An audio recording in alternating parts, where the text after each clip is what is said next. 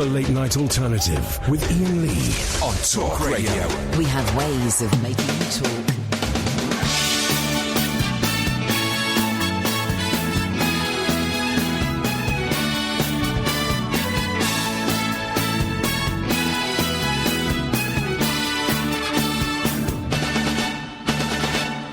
I'm a singer who can't, but I'm a lover who can. I'm a lover who can. I'm a beggar who won't, but I'll take what I can. I'll take what I can. I would give her it all, but she would always say no. 'Cause she says she's the queen of the driven snow.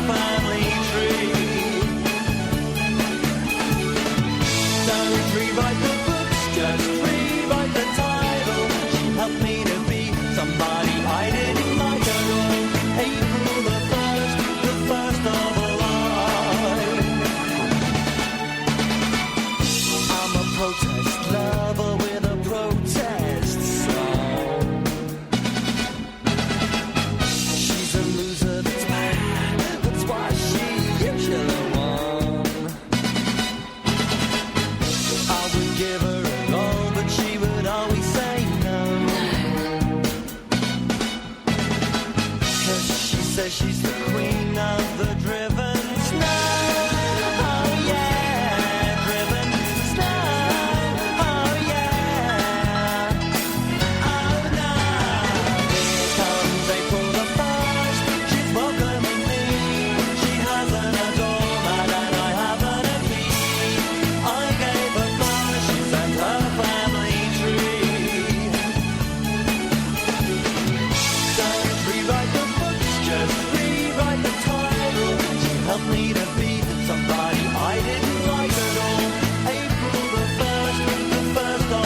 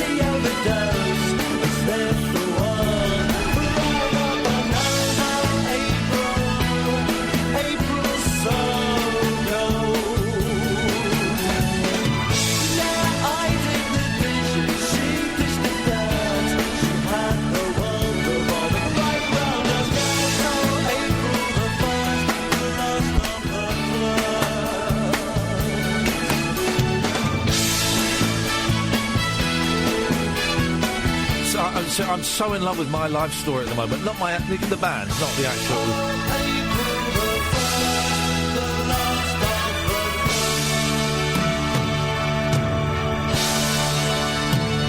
So pompous. The sound.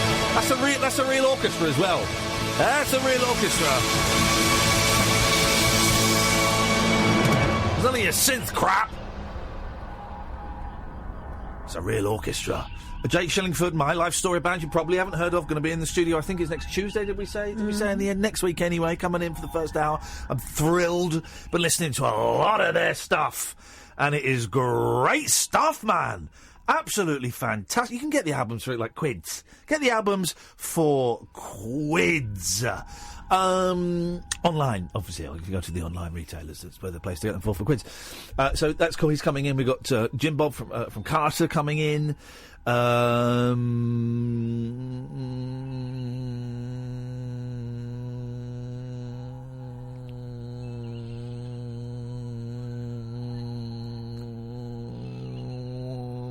it, I think. That's it for guests. Oh, here we go. Glenn's on the line. Let's get this party. I'm coming up. And what that means is she's not going up the stairs. She's taking a tablet. So ignore that. I'm coming up the stairs. let's get the party started. What kind of party's upstairs? Yeah, exactly, and that's why she needed a tablet. Good evening, Glenn! Good evening, Ian. Good evening, Kath. It's lovely to hear your voices this evening. Thanks, Glenn. Do you know what? He's right. Yeah, it's true. He's right. What could we... before we go, before we go any further... And now you can't even play conkers in England. Can we start a petition on a bros, please? Can we start on how ridiculous it is that you can't play conkers, and if you do, you've got to wear goggles. That is the biggest problem. You can't play conkers in England. I can live with it. Yeah, and finally... Aren't your balls normally held back by your willy? Let's start the show, Glenn. Glenn. Good evening. I'm not really sure exactly why I called. This will be 9 years this year. I've been listening to you in various places. It's what? How long this year? 9 years this year. Jeez, wowzers, man. You must be tired and probably quite bored. Get a life, dude. What's your problem, Glenn? Speaking of which, I'm getting married tomorrow, and... Just to future Mrs. Glenn, he told us he was getting married as the answer to the question, what's your problem, Glenn? Oh, dear. Wowzers, man!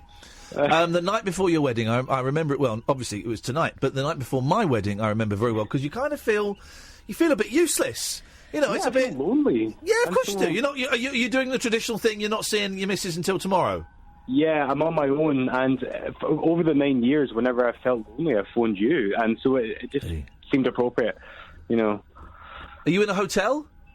No, I'm in my flat. She's in a nice hotel where I will be tomorrow. Yes, mate, get in there. Me and Red Dead Redemption 2 tonight. Okay, we'll play that. Watch a little porno. Watch a little cheeky bluey. Go Before you throw them all in the bin. No, as if people have hard copies anymore, exactly. so to speak. Watch a little bluey. Do what you need to do so that you're ready for tomorrow. You know what I'm saying, Glennington. Tomorrow, it probably won't happen. Why? Well, having... OK, here's tonight's phone-in. And we were going to do the phone-in, should 97-year-olds be allowed to drive? And then I really realised the answer is, shouldn't actually be based on age, it should be based on skill. And, of course, your reflexes and your eyesight can degenerate the older you get. But being 97 doesn't necessarily mean that your reflexes and your speed and your timing isn't up to that which is required for safe driving. So the answer is, age is kind of irrelevant, although it's a small factor. It should actually be based on your abilities. So that phone-in's done. So tonight's phone-in is, did you have sex on your wedding night? Let's take a straw poll. My answer is yes. Catherine? I think so. Hey. It's just a problem when you drink. It's a problem when you... This is the thing. Like, I'll be drunk this time tomorrow night. I don't anticipate I will have sex, so it just seems like it seems like I'm going to be knackered. Yeah. I'm a teacher. I'm already knackered. 0344 499 1000. Did you do it on your wedding night? Give us a call. I'm glad I could have helped. Give us a call, Cher, if she's listening. OK, so you're lonely. You're playing a bit of Red Dead Redemption, which is a very boring video game. You should be playing PUBG. So what? So what? What are you showing off for? There are lonely people out there. You just called up to rub their noses in it? No. I just called to hear your lovely voice. How are you feeling? On a serious note, how are you feeling? You nervous? You excited? You feeling nothing? Which is perfectly legitimate the night before a wedding? There is a bit of numbness. I think I am excited. I'm a bit anxious, but people keep telling me just to savour every moment and appreciate it. I don't really know how to do that. You know, I can tell you how to do it. Genuinely, I can tell you how to do it. And that's the only advice I've ever given to anyone about a wedding day is, 1 minute you're getting up and you're doing your tie, and the next minute you're sat at the table going, my God, how did we get here? And then the next minute you're in the bedroom, and that's it. It goes like that. Wow. It goes like that. And so all you can really keep doing is just keep looking at your watch. And just taking a note of the time and going, right, it's 9:25, and really trying to slow time down and just holding the hand of your partner and just keep going to her, this is happening now. Just try and savour the moment, because it'll go. Here's my advice. Try and find a moment where it's just you two at some point. It's really difficult. That's almost impossible, isn't it? And also, you've got to keep moving, right? Because everyone wants a piece of you. Everyone will want a piece of you. And if you get stuck talking to someone for more than 10 minutes, you're there for the rest of the night. There will be people you will not speak to.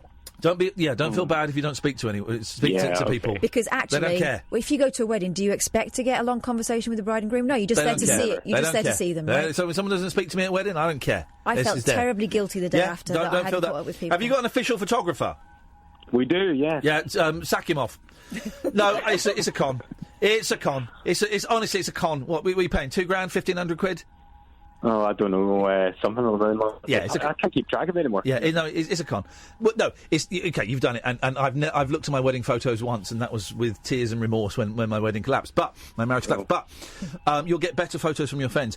But here's another thing I would say, because I missed a load of the party because the photographer was dragging us around for lots of staged photos when we'd said we don't want staged photos. Okay, but we're just going to take you to the other side of the hotel, and we're just going to get to the. And I missed. Okay, here's the thing, right? We had I think we had a harpist. Right. Okay. Never heard the harpist once. It was either harpist or a little quartet. I can't remember. And they're not cheap. No, it was pricey, and I did not hear a single note they played because the photographer dragged us off to the other side of the hotel complex. We got hectored by the photographer as well. We'd agreed all kinds of things, and he just completely did his own thing on the day. Just try not to be herded. Yeah, it's your day, man. Enjoy it. Just keep giggling and laughing with your. I'm assuming you're marrying your best friend, yeah? Yeah, absolutely. That's what it's all about. You're spending the day with your best friend. Hold her hand. Tell her you love her. Laugh a lot at how ridiculous it is. Admire how beautiful she looks and how smart you look. Look at get a little. I don't know which parents are going to be there. I don't know your parents' situation, but just keep a little glimpse over there and watch little tears in the eyes of the mums and the dads. The pride in the eyes of the parents is always a great one. Savour every morsel of the food. Make it last as long as you can, because it will fly by. And try not to worry about your speech, because you're the one whose side everyone's on.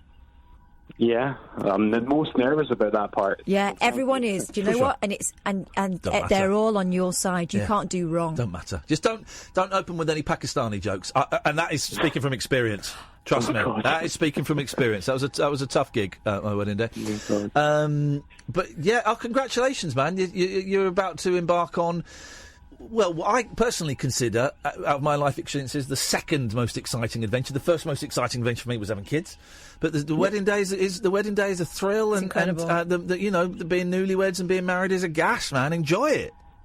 Great. Thank you so much, both, and I'll maybe call you down the line and let you know how it went. Can't wait. Yeah, definitely, man. Give us a call whenever and just let us know how it went. And tomorrow at some point, I will forget about this, Glenn, and then tomorrow at some point I'll be with my kids and go, oh, that fella from last night is probably doing this now, and I will raise an imaginary glass to you tomorrow, Glenn. Me too. Great. Thank you very much, and have a great evening, folks. Cheers, mate. Lots of love, Glenn. There we go. That's fun, isn't it? The night before your marriage. The night before you get married. I didn't sleep. We had. I was staying at my mum and dad's, and we had friends over from Spain, so everyone came over to my mum and dad's house, and we had all the family up from Manchester, and we all sat in the garden. Are you from Manchester? Yeah, you don't mention it bit. much. And we all sat in the garden.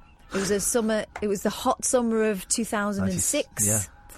And then when everyone finally went, I went up to my old bedroom, and I was in there, and I lay awake for most of the night because I just couldn't believe it was all happening. Yeah.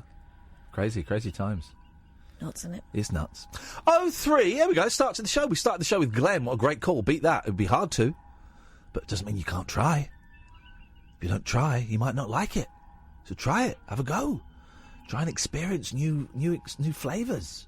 New sensations. That's all we're saying. By the way, today is a great day because we have a brand new issue of Chat It's Fate. Yes, we do. 0344 499 1000 is the telephone number. This is Talk Radio.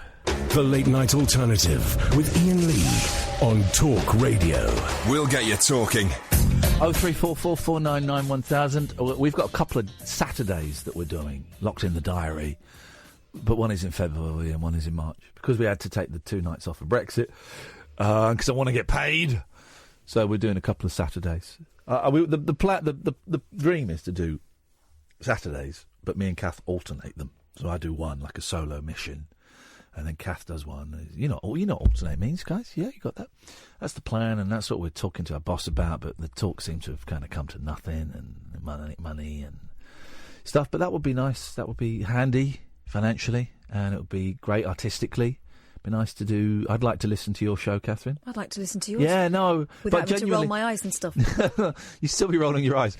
But I know I would. I'd love to listen to you do a show. This is what we're aiming for. This is the plan, guys.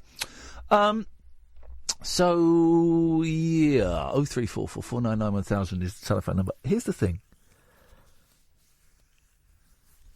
I couldn't give a stuff about Prince Philip. Generally. So the story is, old man is okay. Old man is okay. That's the story. Old man is okay. And it's like, I mean, everyone's done the phone-in. Well, should 97-year-old people be allowed to drive? No, of course they shouldn't. As I've said before, and I'm not saying this to be controversial, you know I mean it, Catherine, 67 and over, you should have your licences taken off you. It just seems obvious to me at the age of 67. Thanks very much. You've had a great time. Here's a bus pass. We'll have your car keys. Thanks a lot. So you're thinking bus pass for car keys? Yeah, totally. You should, at 67, your reflexes. Here, right, I'm going to be 46 this year. My reflexes this year compared to when I was 20, compared to last year, are infinitely slower. Look, I'm going to try and grab that pen, okay? Time me how long it takes to grab that pen.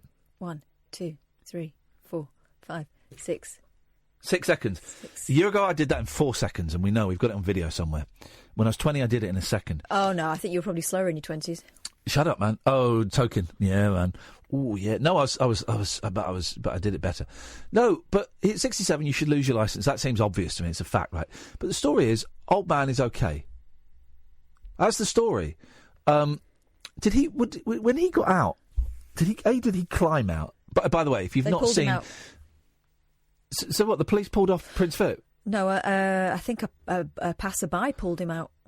You've got to say pulled him off, otherwise the joke doesn't work, Why? Catherine. It doesn't sound... Because no one... You make it sound like they were, like, interfering with him, and that's... That's the joke! That they masturbated Prince Philip. Gosh, but that's a hero.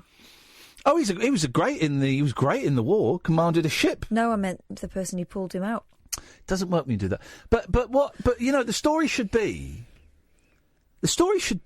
By the way, if you've not seen the Daily Mail's cartoon representation of what happened, man, go and look at the picture of Prince Philip after the crash. There's a drawing of Prince Philip, and he's basically got, as you said, the Eric Morecambe glasses to his side. You know, like when Eric Morecambe had been in a compromising situation, and picture, he would show it through the medium of wonky glasses. It's a funny picture. But the story, surely the story is, from what I've heard, the King of England's incompetence puts the life of a baby at risk. Because that's the story. It was his fault, right? And there was a 9-month-old baby in the car, who luckily was uninjured, but both of the passengers, I don't know if they were the parents, both the passengers, I think it was 2 women, you can tell how much research I've done for this, both the passengers were injured. One broke a wrist, I think, and one may have broken a rib. Gosh. So that means it was they hit a Land Rover and knocked it onto its side. So surely the story is not, old man is fine. The story should be, the King of England puts the life of a baby at risk. That's the story, isn't it? Incompetent king almost kills baby.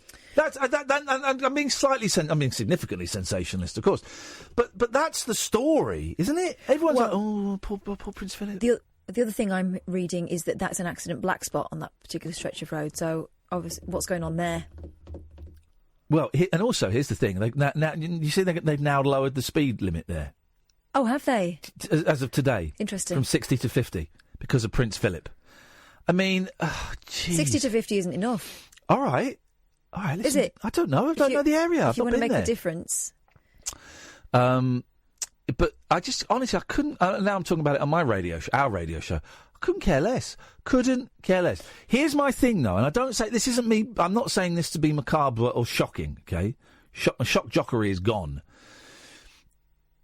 That would be a huge shock for a 97-year-old man. Traumatic. Yeah. In a Land Rover. And they must have, it must have been some wallop to knock a Land Rover on its side. They pulled him out through the sunroof. Right, okay. Again, you ruined the joke. People can die from shock. People can die. People a lot younger than that, a lot less racist than that, can die from shock. And I just wonder, I just wonder, what the after effects might be. Also wonder if it's karma for Diana. But just don't, Whoa. That family has not been lucky when it comes to car accidents. That's what I'm saying. That family has not been lucky when it comes to car accidents, and yet he seemed to be okay as a result of it. And I just wonder.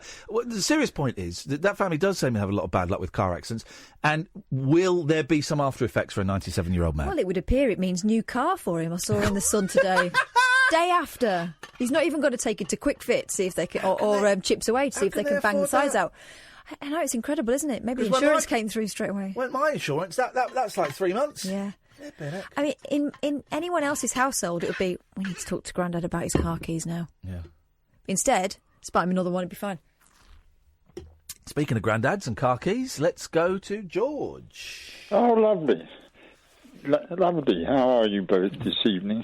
This evening, I'm all right. I'm glad it's the weekend. I've got the kids this weekend. We've got a birthday party Sunday.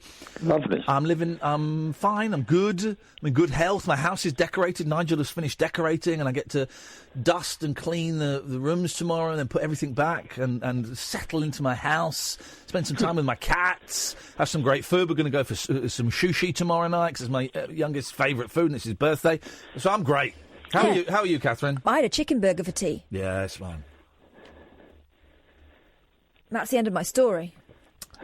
How are you, George? That's the question. I'm quite buzzing, but I think... Is the drought over? I think 66 is better than 67. I just like the sound of 66. Yeah. And it shouldn't be you lose your licence. Yes. You should have another test at that age. No, just take it away. Just say, it's not worth. No life is worth the risk. No, it's there's no such thing as an accident anyway. Everything is fated. Well, if we have less people... By the way, here's my prediction. In 30 years, driving's going to be banned. But if you take away the number of drivers on the road, and if you particularly take away the number that are elderly, and 67 is elderly, with lower... The synapses don't work as well, then you're going to save lives. It's obvious. Your predictions haven't been very good this year. Name one prediction I made. You made a prediction... This year? Yes, not this year, last year. You said this year? Yeah, but your prediction was for last year, and it went down. Well, what was it? It was about Harry's wife's father. He was going to be dead by Christmas, you said. Who? Harry's wife's... Prince Harry's wife's father. Yeah, he's dead. He's dead. He's dead. Yeah. You don't know about it because they don't want you to know about it. Very funny. He died. Very funny. I love the way you just run along with an idea and don't shut it down. It makes it so much fun to do these improvisational little bits. But did you say you were going to be talking about fate? We got a magazine called Chat It's Fate. Which, Catherine, could you sum up this? My Christmas present to Catherine was a year's subscription. It may have been 6 months, actually, to Chat It's Fate. Yeah, it's 62 pages of bullshine. You'd love it, George. Sorry? You'd probably like it. I would like it. Why? Oh, jeez. I don't know, man. I'm just trying to spark a spontaneous conversation. Stop shutting me down! What would you like to say? I would like to tell you why I'm buzzing. I sent you an email. I think I sent you 2 emails. Unfortunately, Catherine, I only signed up for 6 months. What? Sorry. Otherwise, it was 20. Otherwise, it was 20 quid. This was £9.49. But cool idea, because my birthday's in August. You can sign me up for another 6 months. This was about another talkback radio program. Oh, you were going to phone up. You sent me an email telling me you were going to phone up another radio program. Good to know. No, it's talkback on talkback on BBC Radio Ulster. Yeah. And last night I tried to get on that. Yeah, I know. You sent me an email saying you were going to try and get on another radio station. No, I was. Yes, that's what you did. That's what the email was. No, the email was the email that I sent to the presenter of the talkback program on BBC Radio Ulster. Okay. Which I tried to get on Tuesday, Wednesday, and Thursday, and they didn't let me on. Here's what you need to do: you need to phone up with a different accent and a different name, and from a different number, because they've got your number stored and they've got big sign by saying, "Don't put this." But I've got quite a history with BBC Radio. I think that's why they're not letting you on. Yeah, but I'm saying in the old days when they had decent presenters on the station, I was a guest on the station about 10 times. Here's a top tip. Yeah. If you want to get on there, don't slag the presenters off. Yes, well, I wasn't slagging the presenter off at all. Well, I'm by saying slagging when him they off. had decent presenters, you kind of, I would infer from that you meant that they don't anymore. Well, on this particular programme, the presenter's a guy called William Crawley, ex-priest. I think he's been presenting there for some years now. And William Corley, ex-priest. How can I help you, ma'am? Anyway, I sent him this email that I sent you a copy of. Yes, ma'am. And I'm so chuffed that I didn't get on because it's being able to ask the question, why wasn't Rainbow George allowed to speak on the Talkback programme, I think is going to get infinitely more coverage than I would have got if I had spoken. I So give my last dime for coverage. That's a great song. We might play that later. David Crosby. I give my last dime for coverage. What but did you think will of the not email? cover George, me. you know not everyone gets on radio shows that rings up, don't you? No. Yeah, not true. They choose. Listen, I've been calling radio stations for 35 years now. Don't tell me about radio Okay. stations. Kat. I've been producing radio shows for 18 years, Well, that's and not I know when we 35 fob years. people off. Sorry? I said, and I know when we fob people off. I also know how to get on the wrong side of a producer, and you're doing it. I'm doing it. Well, again, a question for you. Like the other night Go on when I then. was looking to give away a song lyric to Narina, it was as though I'm trying to make a gift and you're trying to make out that I'm looking for something. What sort of... I just don't understand your response at all, Kat. My response? Yes, your response. Okay, well, you're getting quite angry. I think you need to No. just chill out a bit. My response is this. Whenever you ring us up, you have expectations that somehow you're going to get news coverage through your conversations with us, and you seem disappointed that you don't, and you kind of take it out on us. There you go. No, that's not true at all. Where was I trying to get news coverage? When you were phoning Radio Ulster, I was trying to give away... you said coverage. Sorry? So you were talking just then about trying to get coverage through phoning Radio Ulster. To talk... In Northern Ireland, I've been involved on the fringe of the political arena there. I've made history in Northern Ireland in elections, and you think I would be allowed to speak on a lunchtime phone-in program? No one's entitled or assured of that. I'm not talking about entitled and assured, but you would think if I bothered to... You would think. Well, I think anyone with any sense would think. Well, I disagree. Yeah, well, you haven't got any sense then, have you? Well, that's a bit rude. No, well, I made my... Ad hominem attacks. Sorry? Ad hominem attacks. Can I just interrupt for a second? I wish I were at home listening to this, because this is the best bit of radio I've heard in years. And continue. This could be Rainbow George's last call to this show. Yeah, well, let's go back in history a bit. How did I get on your show in the first place? You rang us up. No, I didn't. Iain rang me up, and I didn't even know I was speaking on the radio. And that was the beginning of our relationship, was it not, Iain? On this station. Yes? Yes. So you invited me onto your programme. You made me a caller.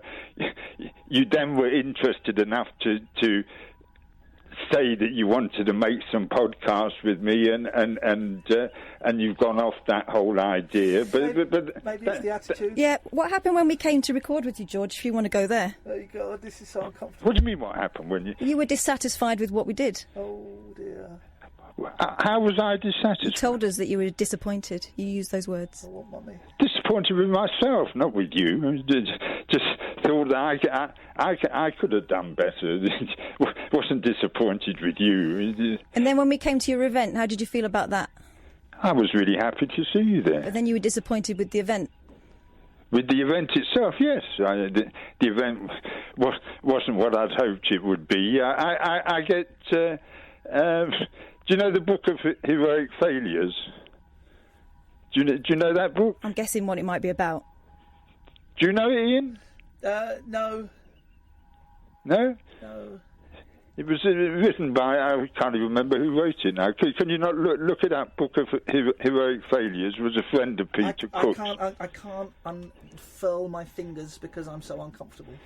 Oh? No, it was a friend of Peter Cook's. It was a very, very good-selling book.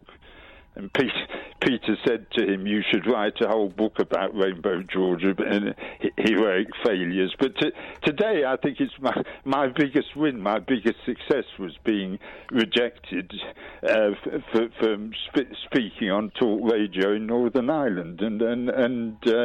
I just feel it was the greatest rejection I've ever had. And that's why I'm feeling buzzy. But anyway... I did ask you to return tapes you took from me to do something with it that you're not going to do anything with, and I would like to do something with those tapes. So can you possibly get them back to me, Ian? Like I said, George, my house has just been decorated. Everything is in boxes in the garage. I will try and find them at some point towards the end of next week. Thank you. I appreciate. Here's the thing, right? I'm allowing myself to feel uncomfortable on my own radio show. So let's just stop this, because now my face is blushing. I think you've been disrespectful to my producer and to my best friend. And I guess here's the thing: the reason you don't get on other radio shows is for twofold. I would suggest. One, because you speak the same old bollocks about World of Wonders, and once you've heard it once, that's fine. But then to keep going on about it, a lot of other radio shows are going, we don't want to hear that again. You're supposed to be the alternative. Yeah, exactly. There's no alternative to you keep doing the same old spiel every single time. And the second point is your attitude, man. Come on. We have bent over backwards to try and accommodate you. The reason we didn't do the podcasts, because of your attitude, man. We thought, this attitude? We thought, why should we put all of this work in for someone who kind of looks down their nose at us, and when we don't do something the way he wants, gets arsey? What was wrong with what happened with Narina the other day? What was wrong? You came on to my show, mine and Catherine's show. You kept me waiting for nearly an hour. Tough luck. Who cares? Who cares? Some people wait an hour and a half. Some people wait 2 hours. Who cares how long you waited? I'm just saying as it was. Tough. My show. I'm in charge of when the callers go on, and I will put them on when I think it is best for the show. Okay, I wasn't gonna have Narina come in, a guest, one of my favourite artists, and bang, first 5 minutes, introduce her to you. I wasn't gonna do that. She would have liked you. No, you don't know that. Yes, I do. How dare you tell me how to do my show? I will put callers in when I want to put callers in. I did not want to put you in for the first hour. You didn't like it, you could have put the phone down. No, I don't put the phone down. Well, then don't ever go at me when you didn't get on for an hour. What else? No, I'm telling you how it is. Okay, what else was wrong? No, I'm saying when I came on... Yes? Then you entered my arena, you entered my theatre, and you played by my rules, yeah? Go on, and... I came on and I enjoyed listening to your conversation with her. It was a great conversation. And it came across that she was quite political, and you didn't want her to talk politics, but I would have liked. No, that's bollocks. That's bollocks. I asked her if she wanted to talk about Brexit. I asked her, but she said no, thanks. No, I will not, George. This is what you do, man. This is the arrogance. This is the entitlement. I'm not arrogant. Yes, don't call me arrogant. You're arrogant. You're arrogant. You got upset because you had to wait an hour to come on. You often try and get on. I tell you what, you phone up BBC London, see how long it takes you to get on there. It'll be years. No, it isn't. I called them. Phone up LBC now. Go on, get on Nick Abbott. LBC banned me about 10 years and ago. you got to wonder why. Here's the thing. I do still wonder why. I've just told you why. I have just told you why. Know why. I've just told you. I do know why, because I do know. Do not know well, here's the thing, George. I do, because I worked there and I spoke to people. I know why a lot of people were banned. I know why. I know exactly why. Here's the thing. I asked Narina, Narina, do you want to talk about Brexit? She went, oh, no, thanks. I'm not going to play back the tape, because I was there, I lived it. I lived it and I listened. But I wanted to give her a present. You gave her the lyrics. You gave her some crappy lyrics to a song. She's one of the best songwriters in the world. They're great lyrics. They're not. They're nonsense, man. And I'm rewriting them anyway. Good. Well, good. Well, don't phone up my next pop stars and offer them. Why not? Because I was trying to gift someone something. All right, well, you gave them to her. Let's see if they pop up on a new album. And then what did Kath say immediately? That I was trying to get something for myself. No. I'll tell you what Kath said. Kath said you're always looking for someone to finish your work. And that's what you do, man. You phone up with half-finished songs that you want the listeners to complete. You phone up with songs that you want the listeners to play. You phone up with... lyrics, George, I can't be bothered, man. I can't be bothered. What do you mean you can't be bothered? What I mean is... They're lyrics that I circulate, and I hope that different people tune into those lyrics. You're a caller, not a guest.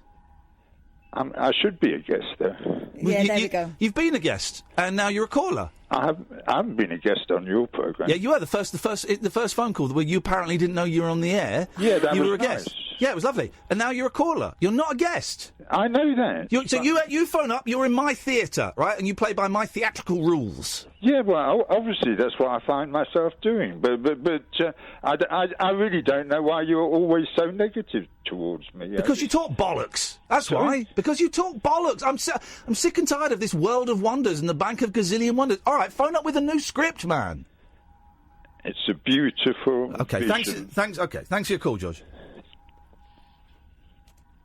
I mean, I've never felt embarrassed on my own show before. Jeez. No idea where those tapes are. 0344.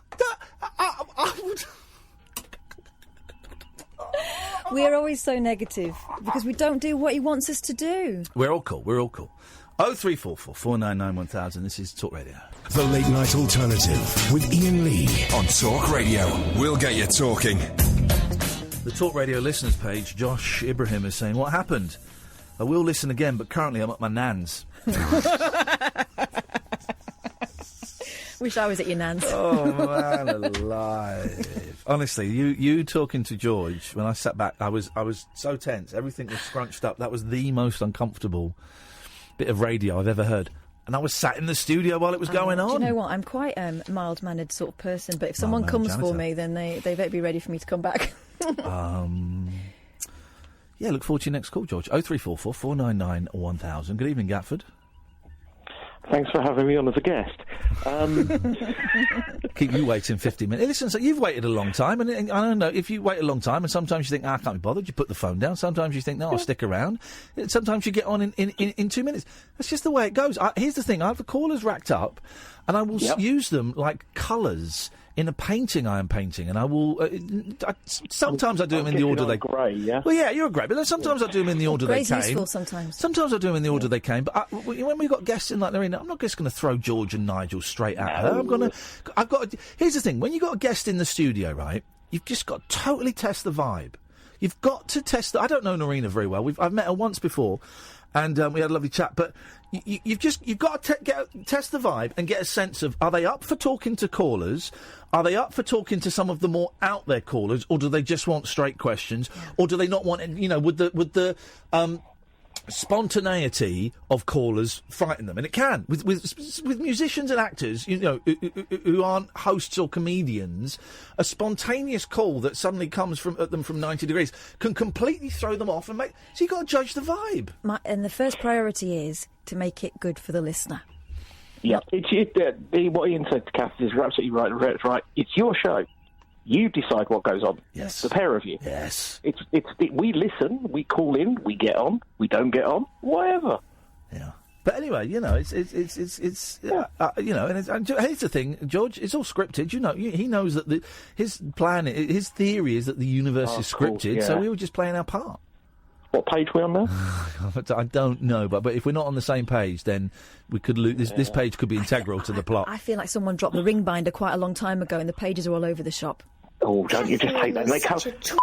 Outrageous. Just in case you missed it. Catherine, you're such a And you're going to bed early, young man. Is that one of yours? That's my youngest mate, yeah.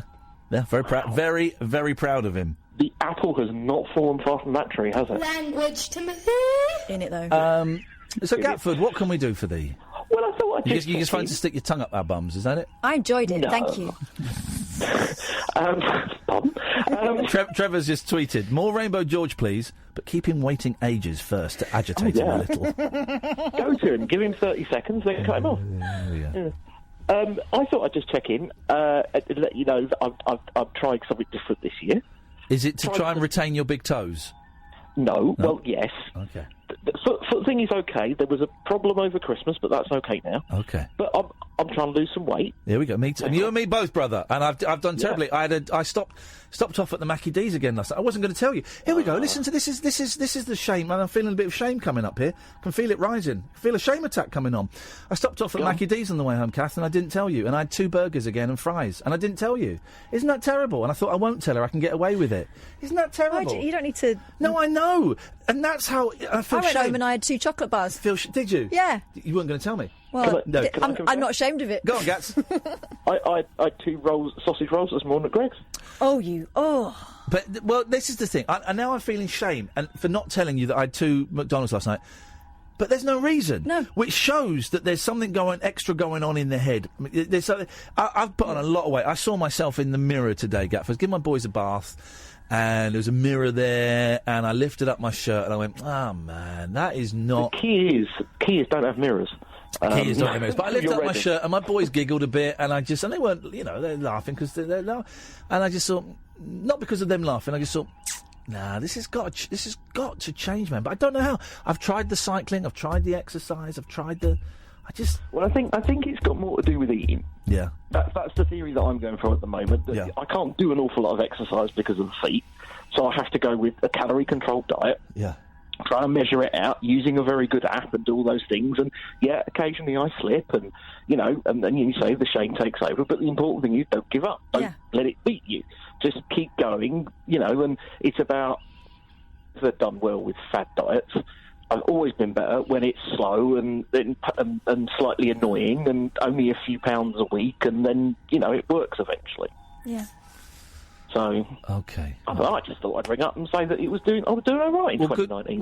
Well, good for you, brother. I'm glad to hear it. I'm glad to hear it, and well, let's all try and live a little bit longer. That's all we've got to do. Is just try and live a little bit longer. My friends, it's about progress, not perfection, right? Those 2 burgers last night, okay, it's done. They were great burgers. Next week. One wasn't a burger. One was McDonald's do this thing which I've never had before. Go. And it was a spice. My mouth is it was a spicy chicken wrap. Ooh. And I thought, well, that'd be healthy. But then I got a chicken burger as well, and then I got large fries. But the spicy chicken wrap, and I didn't get water because I thought I had my water bottle, and I didn't. It was so bloody hot. It was hot. I had numb tongue. I had numb lips. Numb lips. I've not had numb lips since the early 2000s.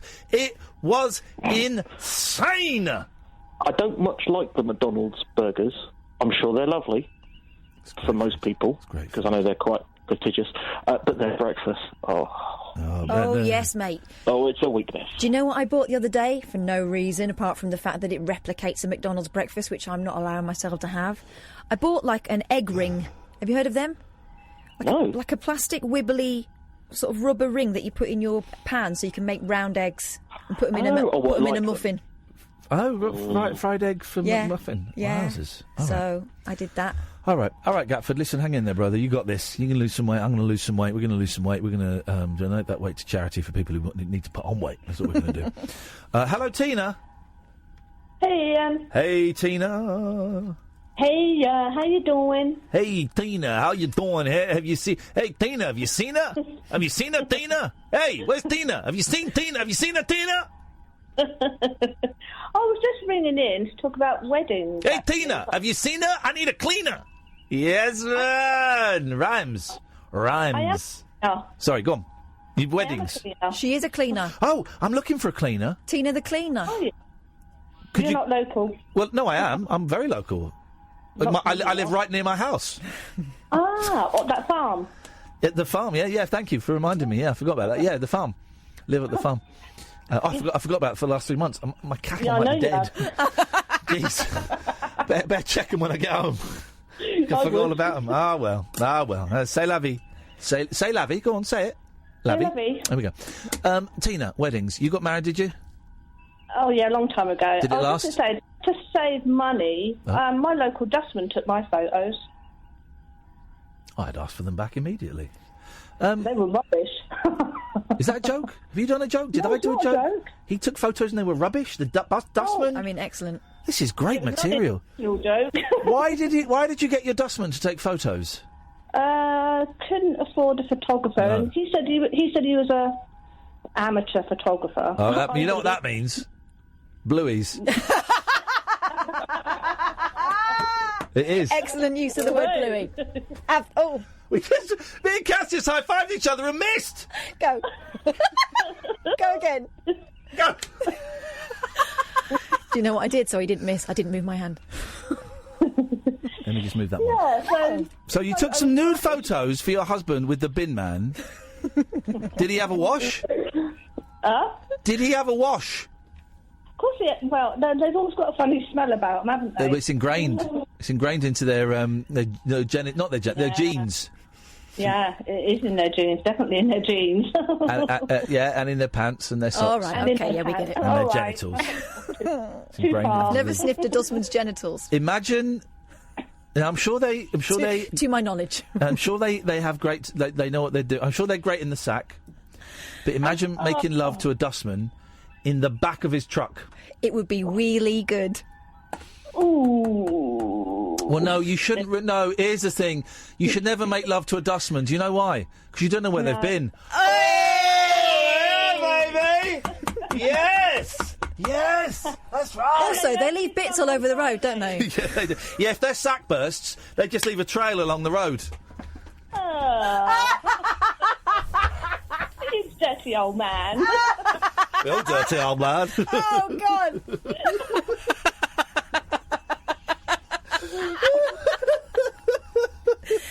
Oh, So anyway, the binman took your photos and they weren't very good. No, they weren't very good. They were very poor, actually. How long ago was this? Was this in the age of digital cameras or film cameras? 29 years ago. Oh, flipping it! All right, fine, yeah. Here's the thing, right?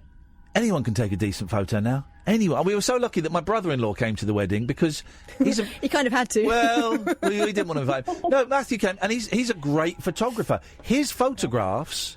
You know, we didn't say to him, could you take, backup photos? He just enjoys taking photos. Not his job, he just enjoyed it. And he's got a decent camera. His photos were better than the official photographs. Because you got the joy of the party, the vibe. The official lineup photos we had, disappointing. We had some really nice candid black and white ones, beautiful. And actually better were the ones that we got. We put those little...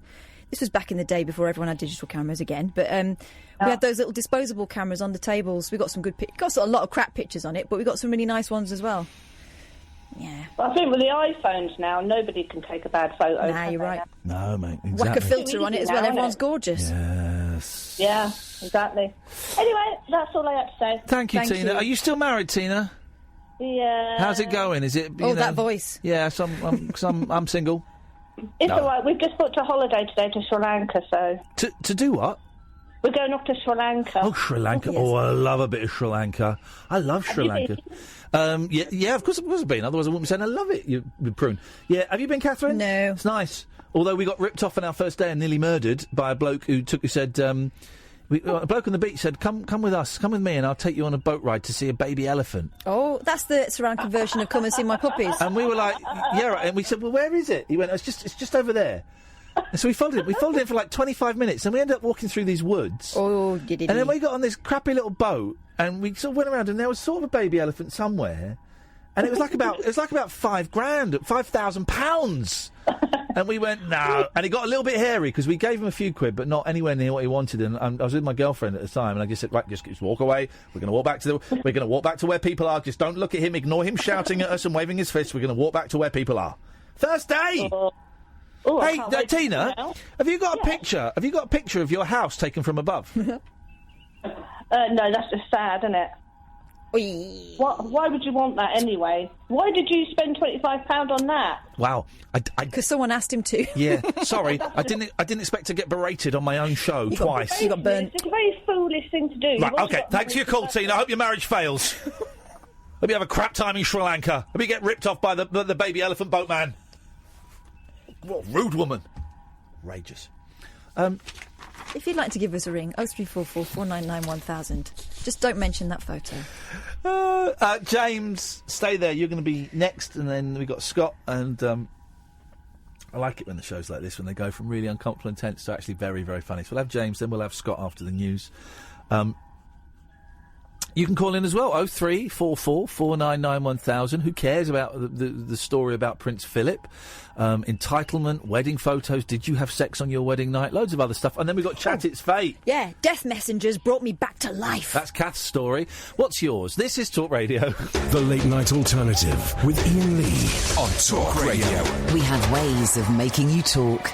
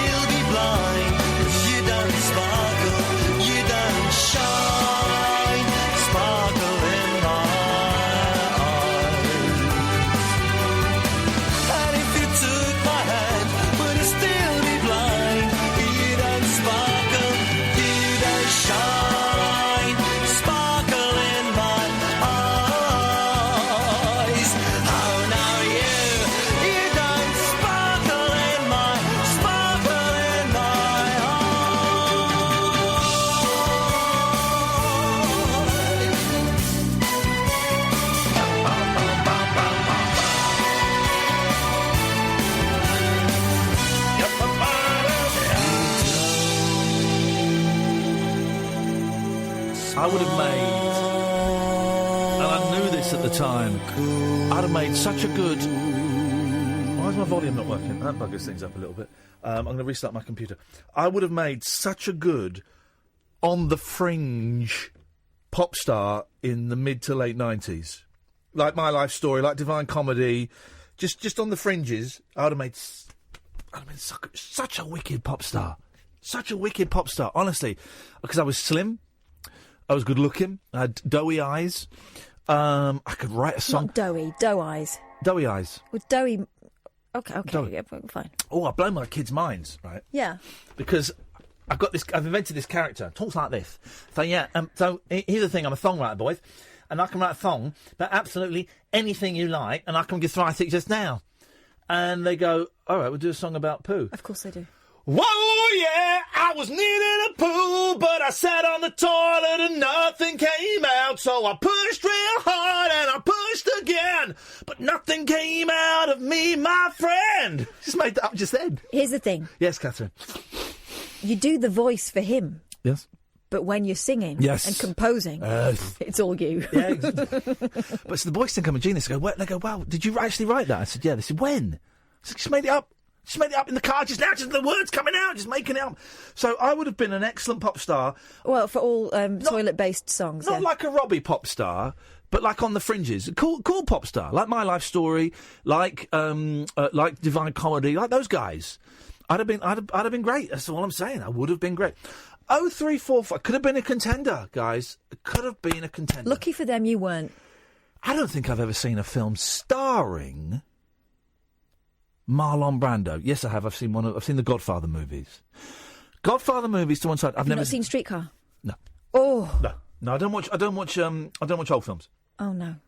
No, exactly. Too black and white for you. Yeah. I don't see things in black and white. No, literally, I can't. There's something wrong with my eyes.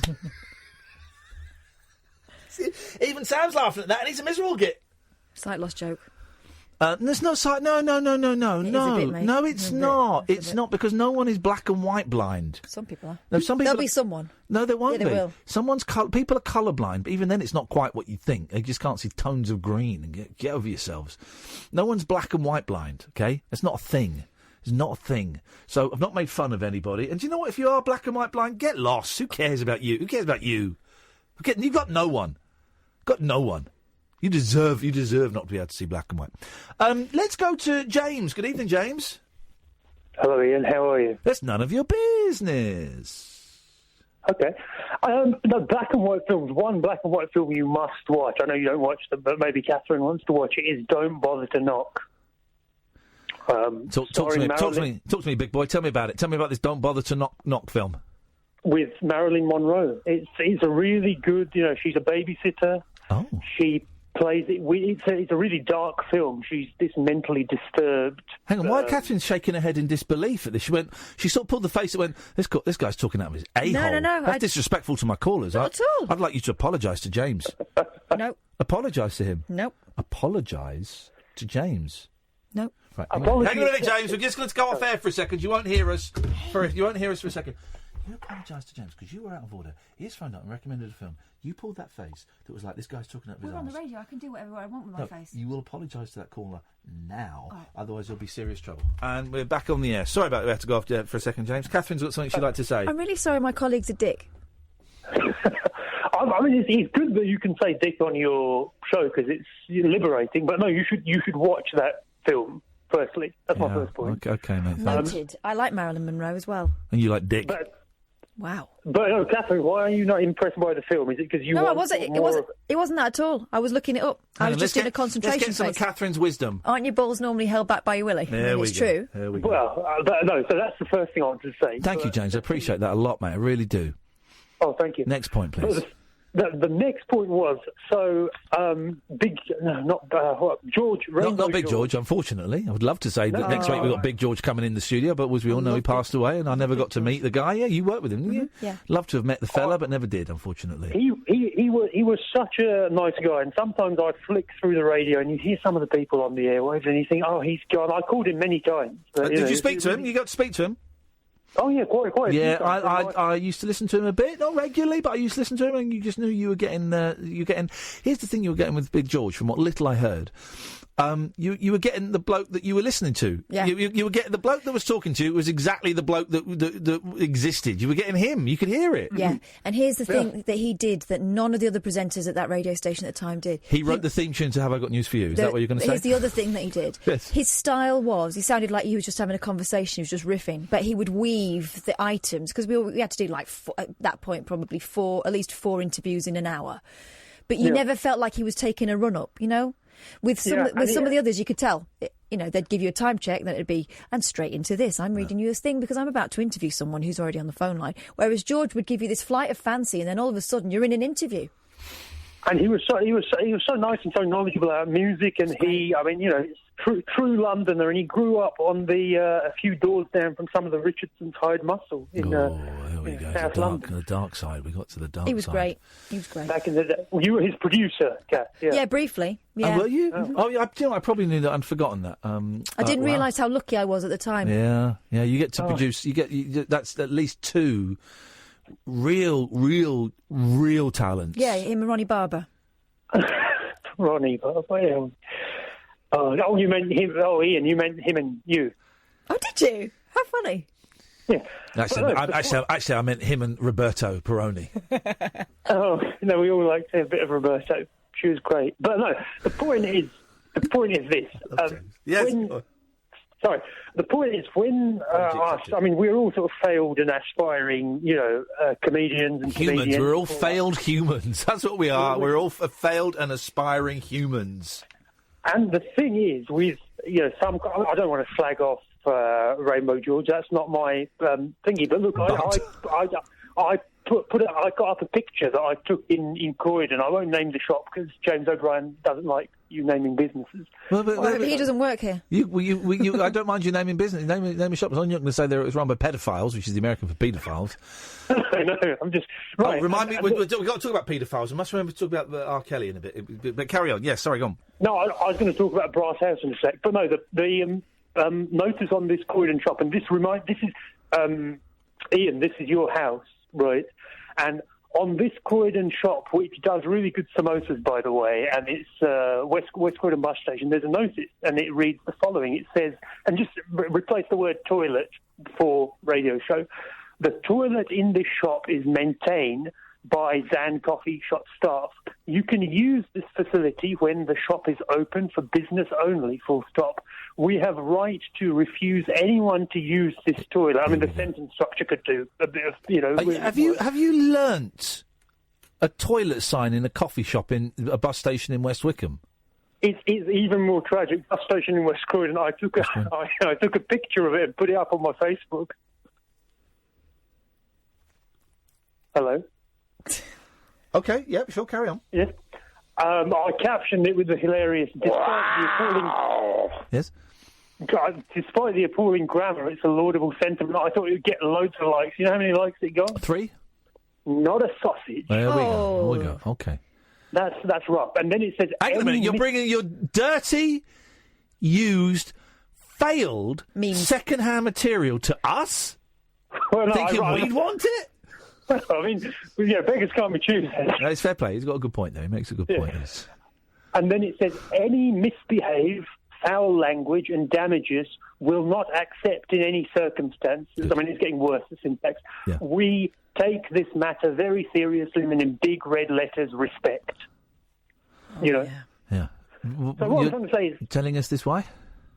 George is showing bad manners and disrespect. It's like he's come into your studio and he's just pissing everywhere. Oh, okay, wow. Gosh. What an image. So I'd like to revert to the paradigm where us callers, we were mere guests. Arab, Saya, G-Man, Verinda, You're talking about Verinda. You're talking about people from 15 years ago. Every one of those people you've just listed has died. No, they have. They're all dead. They're all dead. I mean, Arab did sound like he was fresh from the streets. He might be dead, but the others. Yeah, they're all dead. I mean, but no. So that's what I'm trying to say. So we need to be. Look, I penned this as I was on hold. This be Ian House. Oh. Stop. This be Ian Lee House. Show ID. This one Ian Lee House. Halt. Who entering? What the hell are you talking about, man? Because it's your house. Yeah. But.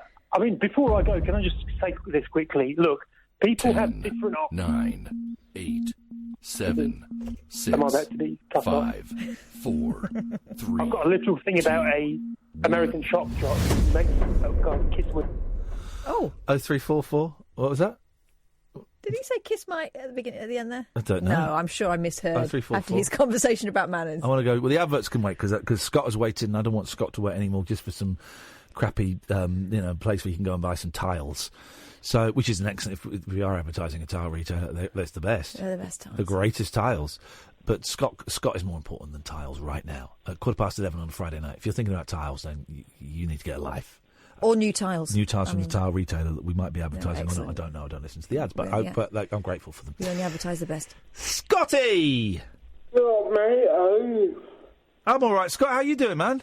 Yeah, I'm good, mate, but not be better to have an ad. Scott, can I ask, is it possible to not be on speakerphone? Because it's just a little bit echoey and a little bit difficult to hear you, mate. Hang on. Here we go. Thank you for your patience, caller. Here we go. Hello? We are in the house. Yes, Scott. Sorry to keep you waiting. What you got? I can hear you very well, mate. Sorry about that. That's all right, man. We got that. That's fine. What can we do for you tonight, Scott? Well, I don't know, because I called you, and I had the thing that I wanted to talk about, Yeah. but they realised that I didn't want to talk about it. You got nothing to talk about. Well, do you want to fight? Well, no. I'll punch you. You punch me. You know, I listen to you all the time. Yeah. The boy, there's the things that I want to talk about, but now I've called you. Yeah. You got nothing to talk about. Normally, Fight me. When I listen to you, I'm at work. Yeah. Fight me. Fight me then. Fight me. It's as simple as this. If you haven't got anything to talk about, we're going to fight. Oh, yeah. Do you know any of the martial arts? No, I don't, but I'll talk a career. Excuse me. Right, record that because that's evidence. If I do get murdered, then we know it was this guy. Now, how would you kill me? Are you going to use weaponry or bare fists? No, I think I'll probably pick my wheelchair up. Right, hang on a minute. You're going to pick a wheelchair up, right? Yeah. Yeah. Yeah. What are you going to do with the wheelchair? You're going to lift it above your head? Yeah. What the hell are you doing in a wheelchair if you can stand up and lift it above your head? Because I can fall out onto the floor. Yeah. Tell you what, mate. Tell you what. Let's do this in real time, right? This is what's going to happen. This is me and Scott, right? We're there. So, how long do you reckon it will take you to stand up out of your wheelchair and lift it above your head? Oh, I'm sorry, mate. Now you're on the floor, and I'm just shooting you. You see what happened there? You see what happened there, Scott? That was a mean trick. That. No, you didn't say that you were going to be tooled up. Mate, he's about to threaten me with a wheelchair. I know, but I mean. And here's the thing, Scott. And this is my advice to you. Is it electric wheelchair or manual? Manual. Right, okay. Well, it's a bit tricky on a manual, but what you need to do is I saw it in a film once. You need to get, knives. Knives on the wheels, obviously. But guns fitted into the armrests. No. Everybody said that, Yeah. And they all go, but you got this, but you got that in wheelchair. Yeah. If you try to put in a wheelchair and you boot your car... Yeah. With knives. There's a knife and wheel. There's a line there that pulls your poultry apart. I love the fact he's actually considered how practical it would be to put knives on the wheel of his wheelchair. Yeah. I've got a nice car, I've got a decent car, I'm not doing that. Well, you need... the insides up. OK, well, then you need to go to what I was doing. You need to have on your armrest guns, and you need to be able to just press a button so they come out and... No.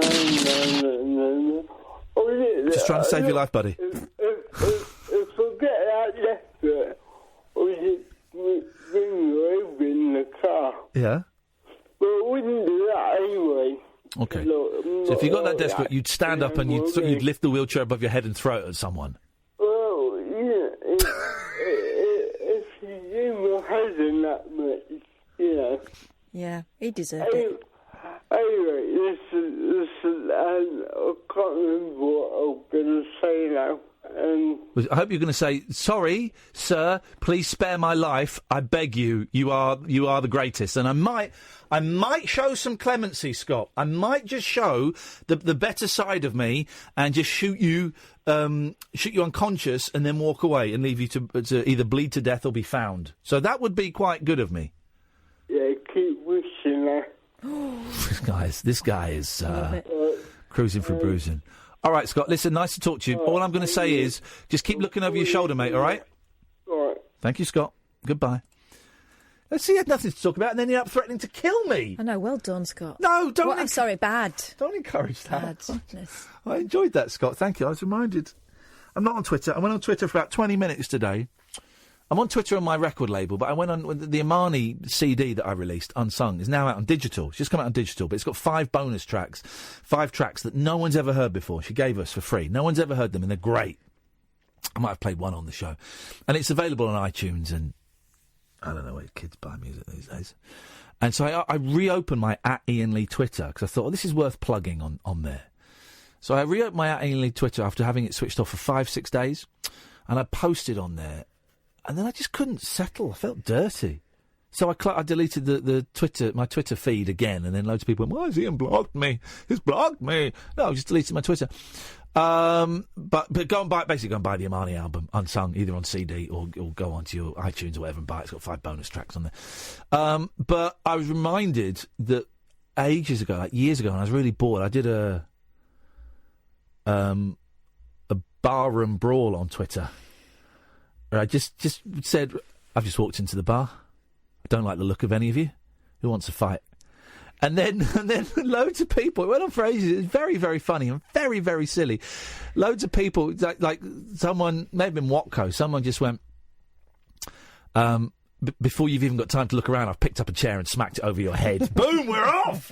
We're off, and we're having like a karate barroom brawl on Twitter. It was very, very funny. It was very silly, and that reminded me of that with Scott, except with Scott it's going to be real. 0344... What's he doing in a wheelchair if he can stand up and lift it above his head? That should be the test, right? That wheelchair, do you need it? Yeah. Well, can you stand up and lift it above your head? This? Yeah. You don't need the wheelchair! 0344 499 1000. This is Talk Radio. Unmissable late night radio with the original king of unconventional conversation. Make contact with Iain Lee. The Late Night Alternative with Iain Lee on Talk Radio. 0344 499 1000. So we had Tamara Simmons? Yeah. That's the executive producer of the Surviving R. Kelly documentary, 6-part series that starts in February, but you can watch it online. It starts February in the UK. It's already aired in the States, and I do think it is the most incredible and one of the most important TV programmes in a long, long time. Probably the most important TV programme in a long, long time, because it exposes corruption, it exposes financial and sexual corruption, bullying, manipulation, the use of fame to get what you want, the raping of children. It's horrendous. It's horrendous, but it's fascinating and it's important if you can see it. And we had Tamara on. Was it yesterday? I'm all over the place. We had that day off. My head's all over the place. We had Tamara on yesterday. And that's gone out as a podcast, and she was the executive producer, and it's well worth a listen.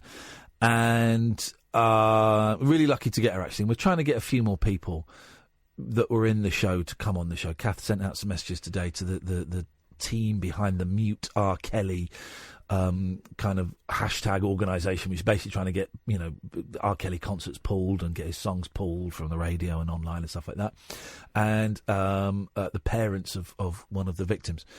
And so we had Tamara on last night, and as we always do, when we have a guest, we put out a bonus podcast, which is the guest. We do a best of, and then we put out the guest interview. And I'm off Twitter. Twitter's gone for a while for me, but I saw Catherine had tweeted it, and Talk Radio had tweeted it, and then Kath kind of phoned me up and said, "You won't believe what some of the comments we're getting. Go on, what were some of the comments we got to a story about?" A rich black pop singer holding young black girls prisoner. Right. What was some of the reaction we got to that? Surely everyone should be going, hey, high fives, great for bringing this to our attention, pats on the back, well done, oh, I didn't know this, or oh, I did know this, thanks for highlighting it. Yeah, there was, because Talk Radio put out a 2-minute clip of the, an interview that went on for about 17 minutes. And straight away, there were 2 comments on there. And I'm surprised, actually, there haven't been more, but I'm kind of relieved as well. Yeah, that's good. Because sometimes when Talk Radio tweets things from this show, we get largely people who don't know what the show is about wading in and they don't get it, and it's quite They obvious. don't get it. And it ends up being a bit embarrassing for them. Yes. But one guy said, pretty sure where these incidents are occurring, Chicago, has a black majority city council and a black majority senior police officer. Whoever is on the phone is talking complete and utter SH1T. Ooh. Whoever's on the phone, the executive producer of a documentary series that you've not watched. I don't understand what they were talking SH1T about. Well, because Tamra, we asked Tamra why R. Kelly's not in prison. Yeah, okay. We've got all these women coming forward with very kind of credible evidence against him. And the fact is, he's already been in court once for these tapes. Yeah. People call them sex tapes. They're child abuse tapes. Of a girl who is a very young teenager being urinated on. And the way he got out of it was, he said it wasn't him, she said it wasn't her, and her parents agreed. But her aunt said it was her niece, and her best friend said it was her best friend. Yeah. And there were other women within the house who said that they had knowledge of her, carnal as well, without realising that she was so young. Sorry, I'm just laughing at the phrase carnal knowledge, because knowledge. I've not heard that for years. I'm You so know what sorry, I mean? It's not a funny topic, but I know exactly what you mean. I've just not heard that phrase for such a long got time. people But you're absolutely who right, recognised her from her body parts alone. Do you know what I mean? They were that familiar with it. So that's how it happened. But also, Tamra highlighted the fact that at the moment in America there is and there has been for a while, a racial situation, which means that if you want to do something bad, if you want to hurt somebody, if you want to murder someone, take out a black man. And these are her words, and this was in the documentary. Yeah. If you want to rape somebody and get away with it, black girls. Yeah. And she said the fact that they're black girls is a factor. Yeah. And that was repeated over and over by various black activists and people who had survived abuse. They said that the fact that they were black women meant that they mattered less, and that's something that they're trying to combat. It seems really obvious in a country where, 50 years ago there was still segregation. Black people couldn't go in certain parts of America couldn't go to the same concerts as white people. But then what was the other comment? So this guy was reacting to that. Yeah. So the suggestion that the fact that they were black was a factor. He's saying that can't be because the people in power are black. But what was the woman's comment? Black girls' voices don't matter. Why innocent female children's voices do not matter, according to people paid to protect them from grooming gangs. What's colour got to do with it? If someone rapes or molests a child or woman, they should be in prison. End of story. Idiot. Who's that from? Name them, because it's on a public forum. It's not embarrassing. Lisa Har 053. Lisa, what the hell are you talking about? What the hell are you talking about? So you think that because why would you even do that? I don't understand what your dumb point is. What? Because it was suggested, and if you look at the evidence, it seems pretty clear that these girls are not being believed simply because they're black. What, you think that means we condone white girls being raped? Are you nuts? Or we think we're saying that black girls are more important, or that white girls aren't important when it comes to being raped? Are you insane? You absolute bell cheese. You can acknowledge that both are a factor without denying one or the other. Here's the thing. We weren't talking about Rotherham or any of the grooming, the Asian grooming gangs, and I'll say the majority of the men come from a specific part of Pakistan. I don't mind saying that. The majority of the men are Muslim. I don't mind saying that. Oh, no one says it on the mainstream media that they're Pakistani. Say it, they're Pakistani. A lot of them are Pakistani. But because we weren't talking about that. No, but actually we did talk about it a little bit afterwards when we talked about the fact that these women who went to court and testified against R. Kelly were disbelieved because at least some of the jurors didn't like the way they acted, didn't like the way they walked or talked or dressed, and therefore didn't believe them. Yeah. Does that sound familiar to you? Because that's exactly what happened with a lot of the Rotherham girls. And here's the thing, right? Obviously, we think that what happened in Rotherham and all those other areas, and it looks like there was. I heard on the news last week that it looks like there's another story bubbling away. A group of men have been arrested, and just because we weren't talking about that, because we were talking about a specific other event, doesn't in any way mean we condone them. Doesn't in any way we mean that those white girls deserve to get raped. Why? I just don't understand why you would bring that up. We're talking about this specific story that I don't think has had the attention it deserves. It doesn't exclude any other victim of rape or sexual abuse or molestation. It doesn't exclude them at all. No. It doesn't exclude them. Why would it? Why would you think that, you thicko? Most of all, just Could you watch it before you make a comment? You absolutely... Don't even watch it. Delete your Twitter, destroy your radio, and just go away. You absolute pleb. Why would you even bring that up? Because you're thick. That's why. Because you're thick. What about the white girls that got... Yes, we know! That's horrendous. And I tell you what, if ever we get a guest connected with that, we'll talk about that. But we were talking about this specific thing because it was on a programme that we'd specifically watched that week. It's just come out that we watched. That is a huge, huge story. We're also wondering... It should be, but it's not. We're also wondering how people can be aware that girls are being kept somewhere against their will and the police won't do anything. We're just wondering why there is no feeling that they need to do something. We asked a question. Pete, I hate that. Yeah, okay. Well, but black girls matter. Well, so do white girls. Yeah, I know. But it would appear that in this specific instance, the fact that they're black means that they're not. It's not being looked at.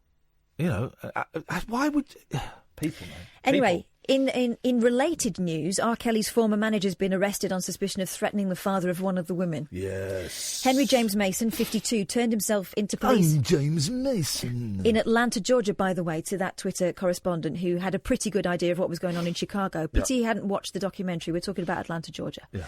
He's facing a felony charge of making terroristic threats. Mason has been accused of hurling abuse at Timothy Savage, the father of Jocelyn Savage. He's alleged to have told Savage... Joycelyn. I remember Joycelyn, her, yes. Because I thought it was a very unique name, Joycelyn. I'm going to do harm to you and your family. When I see you, I'm going to get you. I'm going to effing kill you, according to CNN. Joycelyn has been at the centre of claims she's been brainwashed and is being held against her will as a sex slave by the shamed pop star. She was the one that features in the TMZ video. It's mentioned here in this article in the Mirror Online. She's spoken to insist she's totally fine, telling TMZ.com, I'm not being brainwashed or anything like that. I just want everybody to know, my parents and everybody in the world, that I'm totally fine. I'm happy where I'm at. That was a video where you could see someone turn into cut at the end. Yeah. It's some documentary. Do try and watch it if you feel up to it, because it's grim. You know, there's not many laughs in it. There's certainly a couple of punching the air. There are a couple of moments of victory. Celebration, yeah, but it is grim. But yeah, we're going to try and get some more guests from that, and we're going to keep on just pushing that story because I don't think it's getting the attention that it deserves. 0344 499 1000 is my telephone number if you want to give us a call. Let's go to Demetrius. Hi there. I'm calling to talk about Brexit today. Brexit today. Tikanis? Well, I'm actually quite good, but Greek is my second language because I'm actually British. Okay. But, all right. You've got a very strong Greek accent. Well, I do have a very strong Greek accent because the Greek community puts us in Greek schools and we all speak Greek among ourselves. Okay. And then we go to university and the workplace. Why do you sound so angry about it? English. Don't be so angry about it. Greek's a beautiful language. I learnt Greek for a long time.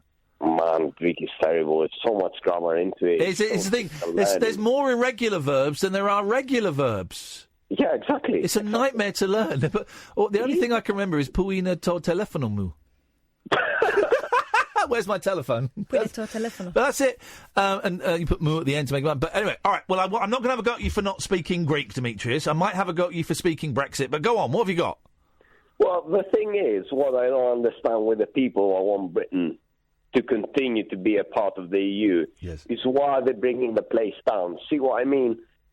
In an ideal world, I'd like the UK to be in the place of Germany within the EU. But since Brexit happened, I've decided to embrace it. And I've decided, instead of talking the place down, to actually talk it up. Who have you heard talking the place down, and what have they said? Well, I'll tell you what. I'll give the Greek government credit for the fact that they did try to resist Germany. In the United Kingdom, you have both the opposition and the government basically, acting like they're true Remainers. Yeah. Who have you heard talking the place down, and what have they said?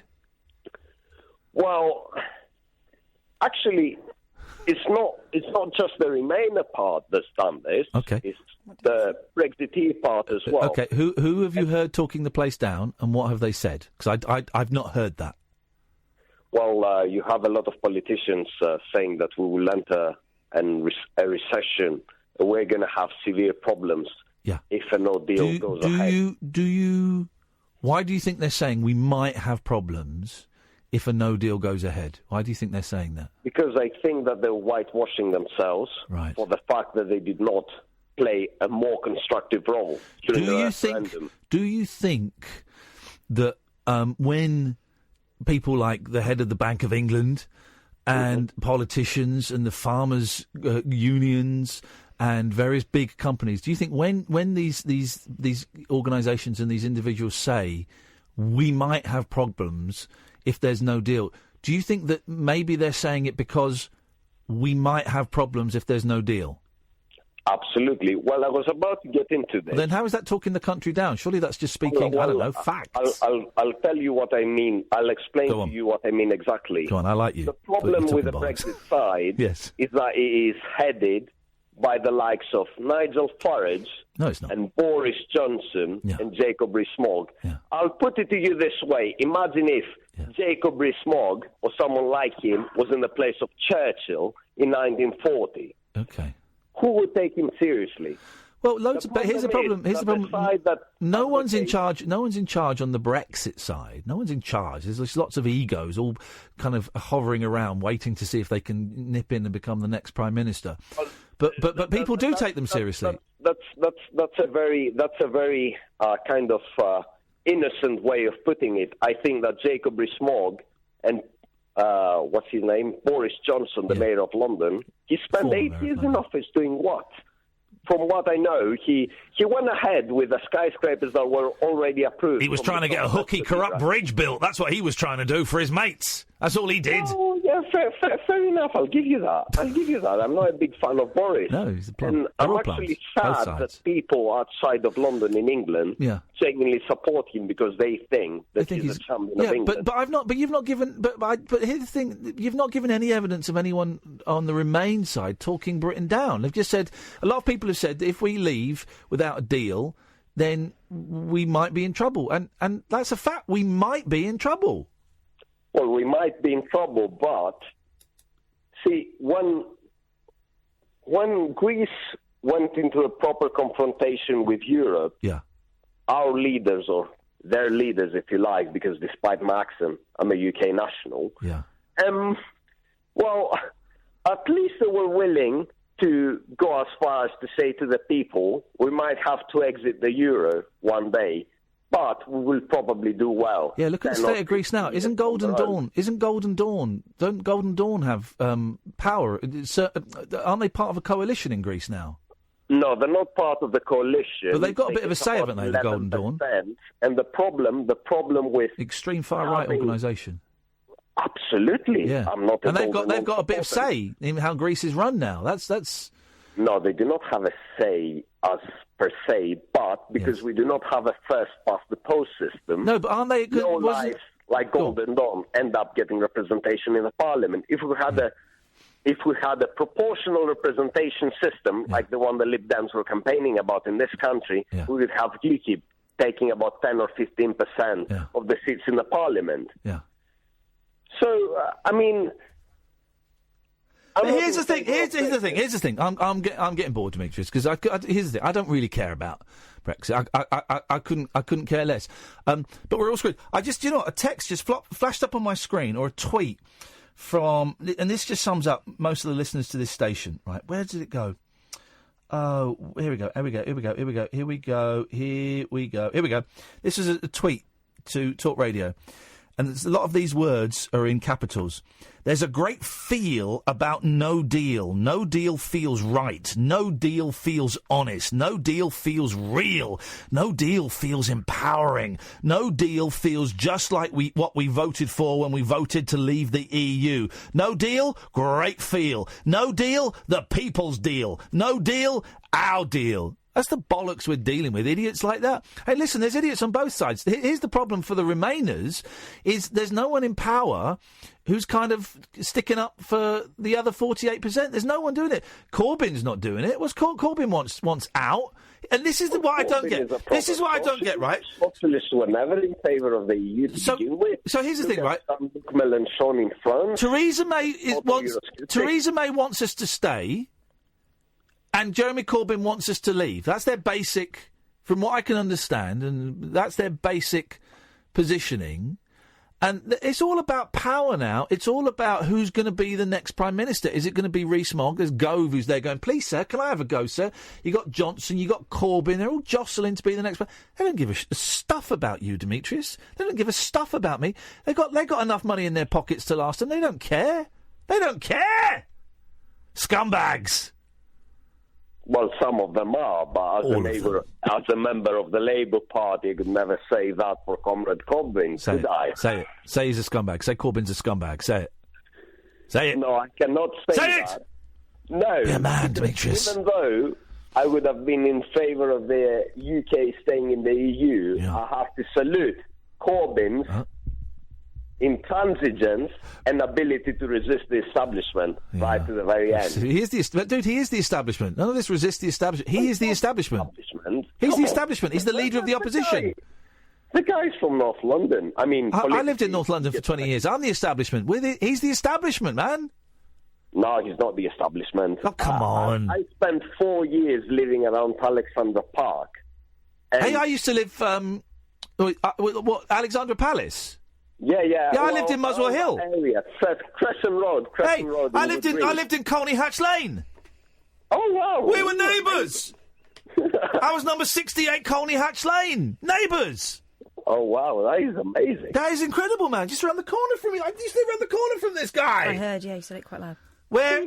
The only reason I genuinely like Corbyn compared to the rest of the politicians, even though ideologically speaking I would have been closer to the Lib Dems of Nick Clegg, is because, see, I've spent a lot of time working in warehouses and that. Yeah. I believe that someone like Corbyn would know what it feels like to be unemployed for a week or two. Yeah. Well, the likes of, Jacob Rees-Mogg or what's his name, David Cameron, would be like, unemployment, that's something for the plebs, that's not for us.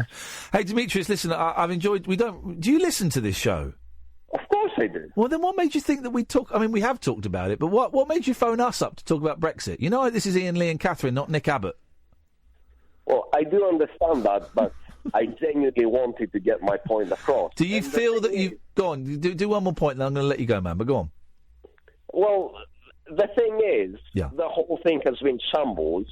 We had a guy with a massive ego called David Cameron who gambled in order to get Prime Minister, and then he lost. I mean, he basically kind of sold out to the Eurosceptics in his own party in order to get ahead of William Hague and become Prime Minister when Labour was basically a spent force. Oh, I think we kind of put.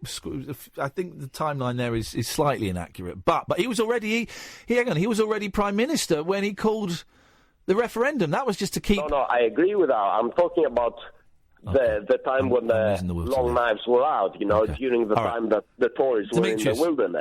Come on, man, I'm losing the will to live. Let's talk about, what's your favourite Beach Boys song? Beach Boys? I haven't listened to them in ages. Oh, God. Think of one. Go on, what Beach Boys song would really get you going, man? There's got to be one. Good Vibrations, I Get Around. Fun? Surfing USA. Surfing in the US?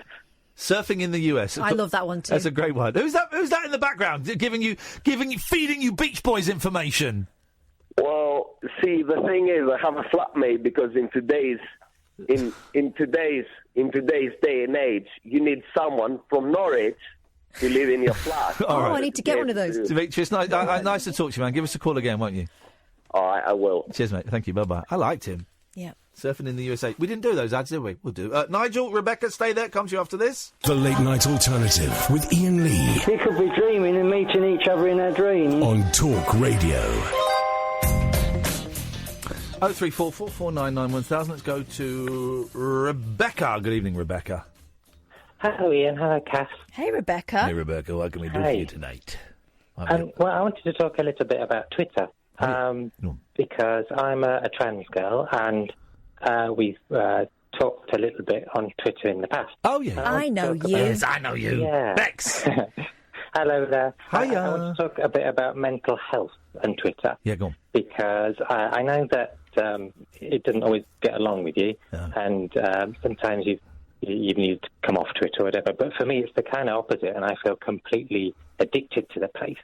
But addicted addicted has negative connotations to me. Are you saying it's positive for you? It makes me feel really good being there, but it's taking up so much of my attention. Because I'm kind of only can be trans at certain points. I can't be I can't be Rebecca when I'm doing my professional job, for instance. Right. It's the one place where I can be me, and I get a heck of a lot of kind of affirmation and validation. So you can be. Do you remember? What was that place? Second Life. Do you remember Second Life? I went on that. I never went on it. I might go on there and see what's happening. But Second Life, you could kind of create like an alternate universe where you'd create your little avatar and you could wander around and be that person. Mm-hmm. There are lots of people, became very sexy women or very sexy men or very sexy animals. There's a thing like that. Are you saying that it's kind of that it's a similar thing, Bex, in that you've got this whole persona on Twitter and you can kind of live in the virtual world as your true self when you feel you can't do it necessarily in the real world? Yeah. It's not really. It's not necessarily a persona. It is the kind of the real me. That's what I meant to say. Yeah. That never gets to come out when I'm sitting in the office. But when I'm at the office, I can be me. So when I'm the kind of other me, the boy me, I'm kind of anonymous. But when I'm the real Rebecca me, and I can be the real me, I've got kind of 16,000 followers, and it's my birthday today, and I put a message on Twitter for that, and I had like 500. Thank you. I had like 500 likes, and it's so powerful. As like an addictive thing to have that, and it's taken up so much of my attention and time. I'm so used to seeing you on Twitter. I can't imagine you in drag as a man. I'm not quite as striking, I don't think, as a man, which is probably the problem because it's quite it gives you quite a high when suddenly everybody kind of wants to tell you nice things. Yeah, you've got a lot of fans on there, I've noticed. Well, here's the thing, because I am pretty anti-Twitter, and I would love to be able to get rid of it permanently. I don't know if I can, but I'm not on it. Apart from the record label where I'm just selling records, and I'm enjoying that because I can focus on it. I found, Bex, that it was taken up, that since I got rid of it like 5-6 days ago, my Iain Lee account, I'm still going in the search and searching my name to see if people are saying, where's Iain? There's only a handful of people have missed me. Hardly anyone's missed me, which was disappointing, but also, no, it was disappointing to my ego, but actually, that's good because it shows me, Twitter isn't that important to me and to the, but I've been, because I'm addicted to it, right? And I was on it a lot, and I was posting everything, but I find I'm being much more productive, getting a lot more work done. I'm getting a lot more creative stuff done. I say I'm on this record label Twitter account. I'm selling stuff, which I haven't done for ages. I'm more focused on the show. This was it. This was what Kath, tell Bex what you said to me earlier when you were going to respond to some of those R. Kelly people. I saw them, and I saw those things happen. Great.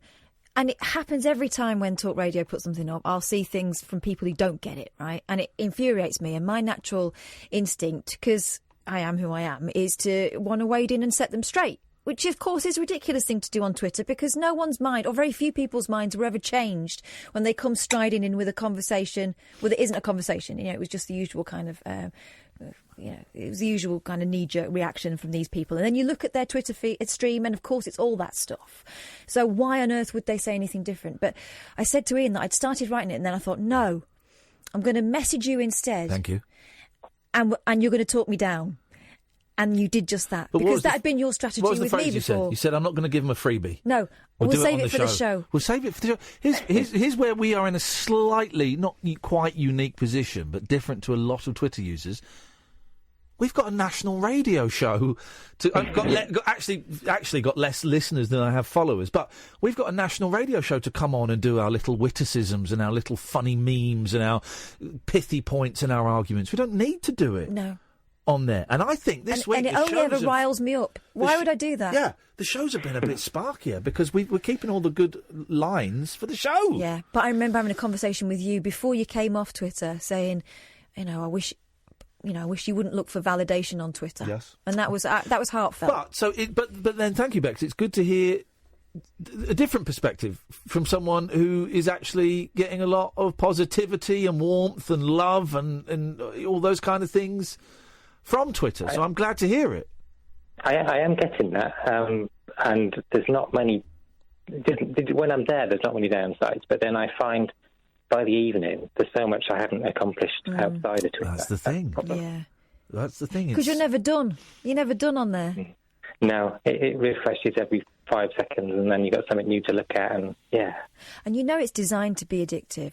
Like when the little blue notification thing comes up, you're inclined to chase it. It's like chasing on a video game. It's all designed that way. The dragon. It's like chasing the dragon. That's what you And I kind of know, I can kind of see all that. Yeah. Part of my brain is doing that, but the other part is just wallowing in it. I get it. I get why. Lex, this is the first time you phoned the show, I think, isn't it? It is, yeah. There you go. How does it feel? I know we have a lot of nervous callers. I know you were you'd messaged me before saying, I want a phone, but you've done it for other nervous callers. What do you reckon? I was very nervous until I rang the number and I spoke to the nice chap who does the phone. Doesn't remember your name, Sam. She doesn't remember your name, Sam. Get used to it. That's showbiz. That's showbiz. But everybody should call in because it's fab. Oh, thanks. Hey, nice to talk to you, Bex. Have a good weekend. Thank you. You too. Tutty bye. 0344 499 1000. After the news, if they stick around, we've got Nigel in Maidstone. We've got James. This could be a great last hour of the week before Kellner at 1. Killer Kellner. This is Talk Radio. The Late Night Alternative with Iain Lee on Talk Radio. We have ways of making you talk.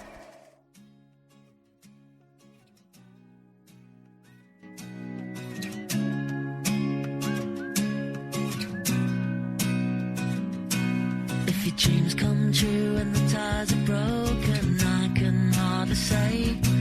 But the more you gain by being certain, the more it drifts away. Just get back in the groove again.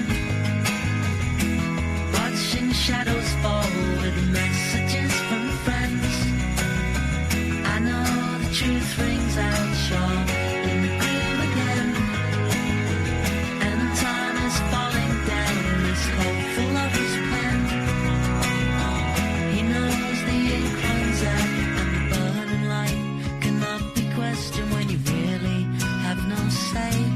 'Cause the more you move in the wrong direction, the greater is the pain. Just get back in the groove again. Watching shadows fall with messages from friends. I know the truth rings out sure in the groove again. And time is falling down this hopeful lover's pen. He knows the ink runs out. Words that told me, in arms that hold me, they always help the wounds to soothe. But the thought of simply open fills me with foreboding, 'cause there's always things I fear I lose. But if the sun dies down on a ripped up curtain, you really have no say.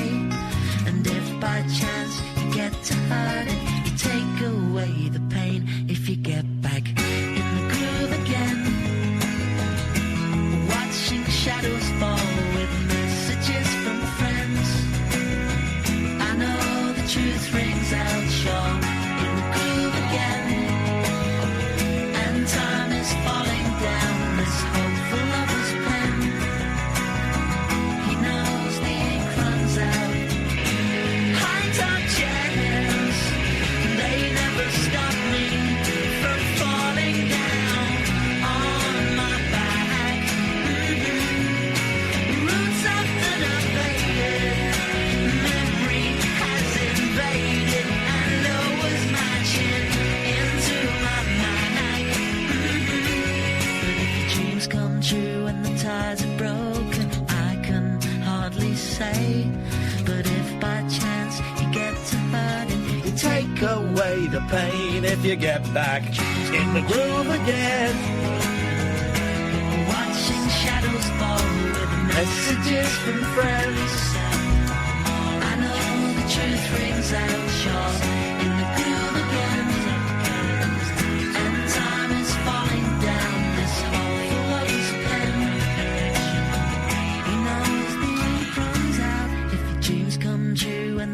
heart's broken, I can hardly say.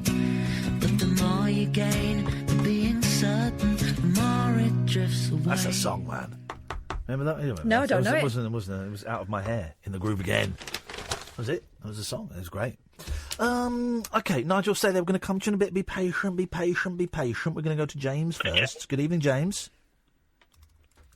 Hello. Hello, James. You're live on Talk Radio, on the most popular late-night phone-in show of the country. Radio. Sorry? And you know what? It's about time this crap came to an end. OK.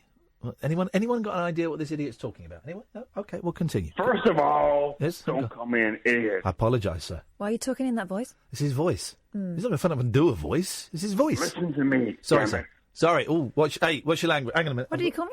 He said, damn it. Oh, right. Hang on a minute. Damn it. Language, Damn it. Timothy. OK. OK. Yes, sorry, sir. Sorry, James. Away you go, sir. You had some idiot on the phone called Demetrius. OK, yes. Why the hell do you allow such crap? Oh, was that you doing a Greek accent? No. It was, wasn't it? No. And are you the guy that phones up and does the Scouse accent? No. I got suspicious. I kind of worked it out when he had his friend there in the background. Yeah.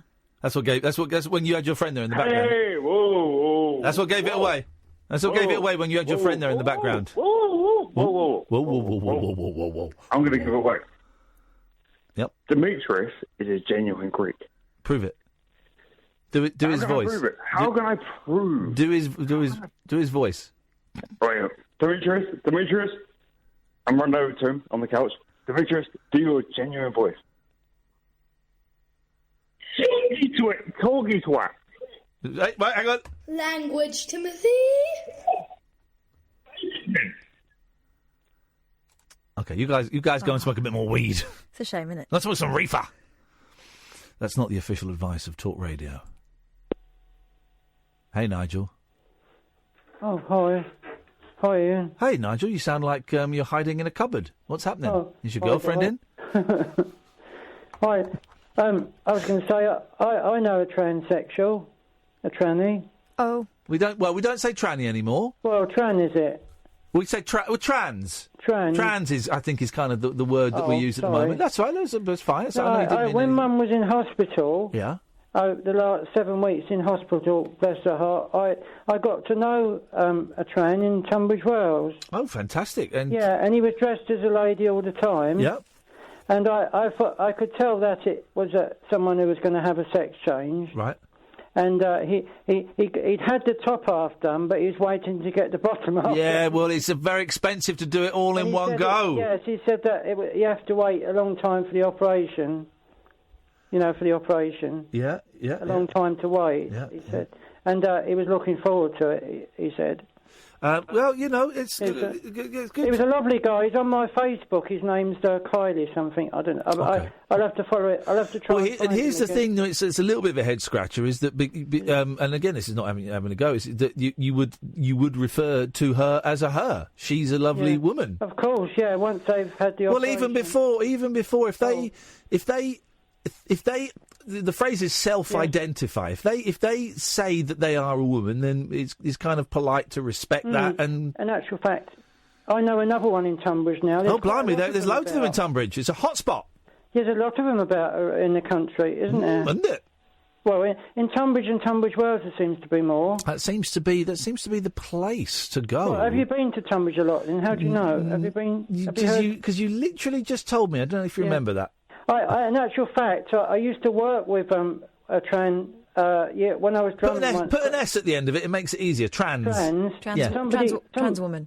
Somebody called Linda Grant who played trumpet.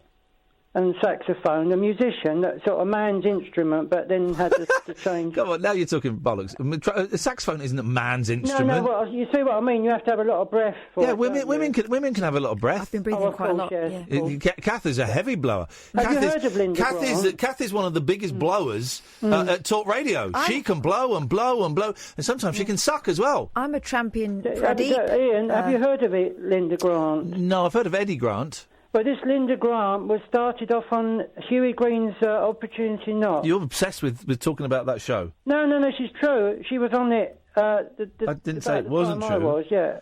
You're obsessed with that. Were you on it? Years ago, yes, 30 years ago, yeah. And of course, I did some gigs with a band, and she was cabaret some nights. What did you do on Opportunity Knocks? Were you a drummer or singer? With an organist. I always used to play with an organist. Were you a drummer? Yes, of course, yeah.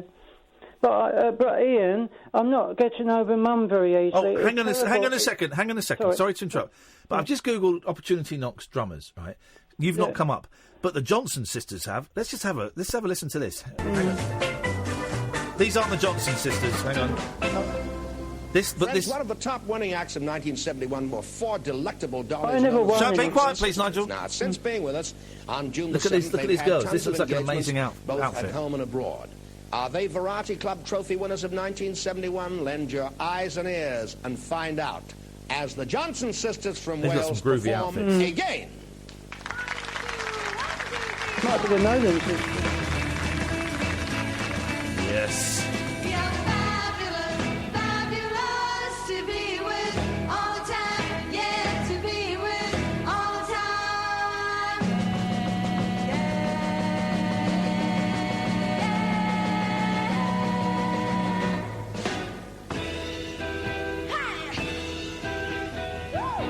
Oh, yes. It sounds like the Nolan sisters.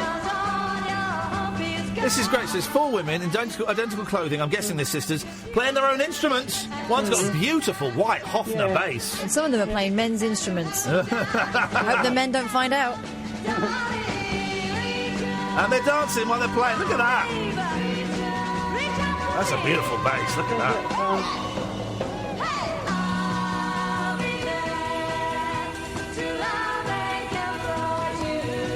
I like the Johnson sisters. Did they win the show? Yeah, go on, why not? Why not? Did they win the show? I've got absolutely no idea, Nigel. I've literally just Googled them. Oh, I say, but there must be millions of people on Opportunity Knock. Well, thousands anyway. Hundreds. There must have been a lot of shows. Must have been 30 or 40 shows. I don't know. I don't really. I'm too young to remember. Time ago now, anyway. I remember the Fame game. And I remember... What did Marty Kane do? Marty Kane did the Stars in Your Eyes, didn't she, once? No. Oh. No. Didn't she do... Did she do Revamped Opportunity Knocks? She did, I remember. I thought she did another Marty Kane, the one that got ever so thin. That was... Marty Kane, or are you thinking of Lena Zavaroni? Oh, no, but Marty Kane died of thinness. That thinness I don't think she died of thinness. She died of cancer. She had cancer. Oh, it makes you thin. Yeah. Yeah, she did New Faces. New Faces, yeah. Winner and presenter of New Faces. Yeah, she was good, Marty Kane. I like Marty Kane. Anyway, Nigel, what comes up? I've got a song for you. I was going to try and sing a Charlotte Church song called Somewhere. Do you know what? Classical one. Do you know what? I'm going to pass on the song tonight. Oh, well, what would you like me to do then? So anything else? No, I'm just going to pass. So I was going to say about Mum. Go on then, yes, talk about Mum. Let's I'm get real. still very upset about Mum, of course, and every day I wake up and she's not there, and it's very heartbreaking still for me. Yeah, you know? Does it get easier as you go on? It definitely gets easier. I changed the duvet tonight for the second time, the duvet. That was pretty difficult. You know, it's hard to get into the thing, aren't they? I know a way to do it. I was taught by Neris Hughes how to do the duvet. It's true. Inside out. Inside out. I did it after about half an hour. It took me. Yeah, well, it's a good bit of exercise for you. Yeah, so I managed to do all that. All right. Well, why don't you give? You could give. Why don't you could give Martin Kellner a call after one? I'm sure he'd be happy. But Martin's giving the thumbs up. If you call Martin after one, have you listened to Martin before? No, I haven't been on Martin's show before. Have you listened to Martin before? No. Oh, you should listen. After 1 o'clock on a Friday and a Saturday night, yeah. Killer Kellner comes in. He's beating a man up to death. He does the show right through the night, he's given me the thumbs up. He would love for you to phone up and sing a song to him. But it's a bit late for the neighbours. That's what I'm thinking of. You could do it quietly. Well, I could do the same song quietly. Yeah, you could do it quietly down the phone. Honestly, he's apart from the man he battered to death. He's a nice. He deserved it. I'm being told. He's a nice guy. It's a really, really good show. Yes. And I know for everyone who listens to us, by the way, you didn't get through to 1 o'clock, or maybe you want to speak to someone after 1. You can phone Kellner up. I tried to get you on. Hang on, Nigel. We're just talking. Just don't cross him. Yeah, no, don't cross him. But after 1 o'clock, you can still carry on phoning up. We don't make that clear enough. I thought you couldn't ring up more than once an evening. You can ring up different shows. You can ring up Martin 5 times. We'll let Martin make up his own rules on how many times he tells you to stop phoning him. But after 1 o'clock, Nigel, give him a call, because I'll be listening on my way home. Okay, fine. And I want to hear what you sound like on the radio. I'll try Martin's show. I'll try and get it on the internet as well. All right, Nigel. Nice one, mate. Nice one, yeah. Cheers, bye-bye. Thanks very much. There we go. That's that sorted. There we go. Martin's giving me the thumbs up now. I don't think he will at about 10 minutes past 1. But we don't say that enough, and we should say that. Sorry, and it dawned on me the other day when I was listening to Martin on the way home. You can call his show and Paul Ross's show, but you can call Martin after us at 1 o'clock tonight on a Friday, or after the Best of Us on a Saturday. I guess there is a best. There is. I made it. Yeah. Yes. You can call him up, and he's more than happy to take your phone calls. He's got loads of guests and stuff like that. He's got plenty of room. Trust me, he's got plenty of room for calls. I've listened to the act, and it's the same number, and same thing. You'll get called back, and it's all groovy, man. So you should start doing that. This is the Late Night Alternative. Iain Lee, Catherine Boyle, Talk Radio. The Late Night Alternative with Iain Lee. Hate alarm clock. Hate going to work. On Talk Radio. Tonight's show is dedicated to everyone who's lost someone to thinness. 0344. But I mean, literally lost them. You just can't find them. Fell down a crack. 03 44.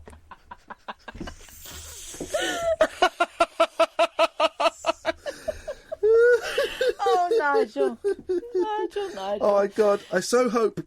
Right, I hope he does call Martin after 1, because I'll be listening on my way home. Right? And I'm gonna piss myself. Also, I think Martin deserves it. He deserves there it. There were some lovely comments while we were talking to him. What's Scott saying?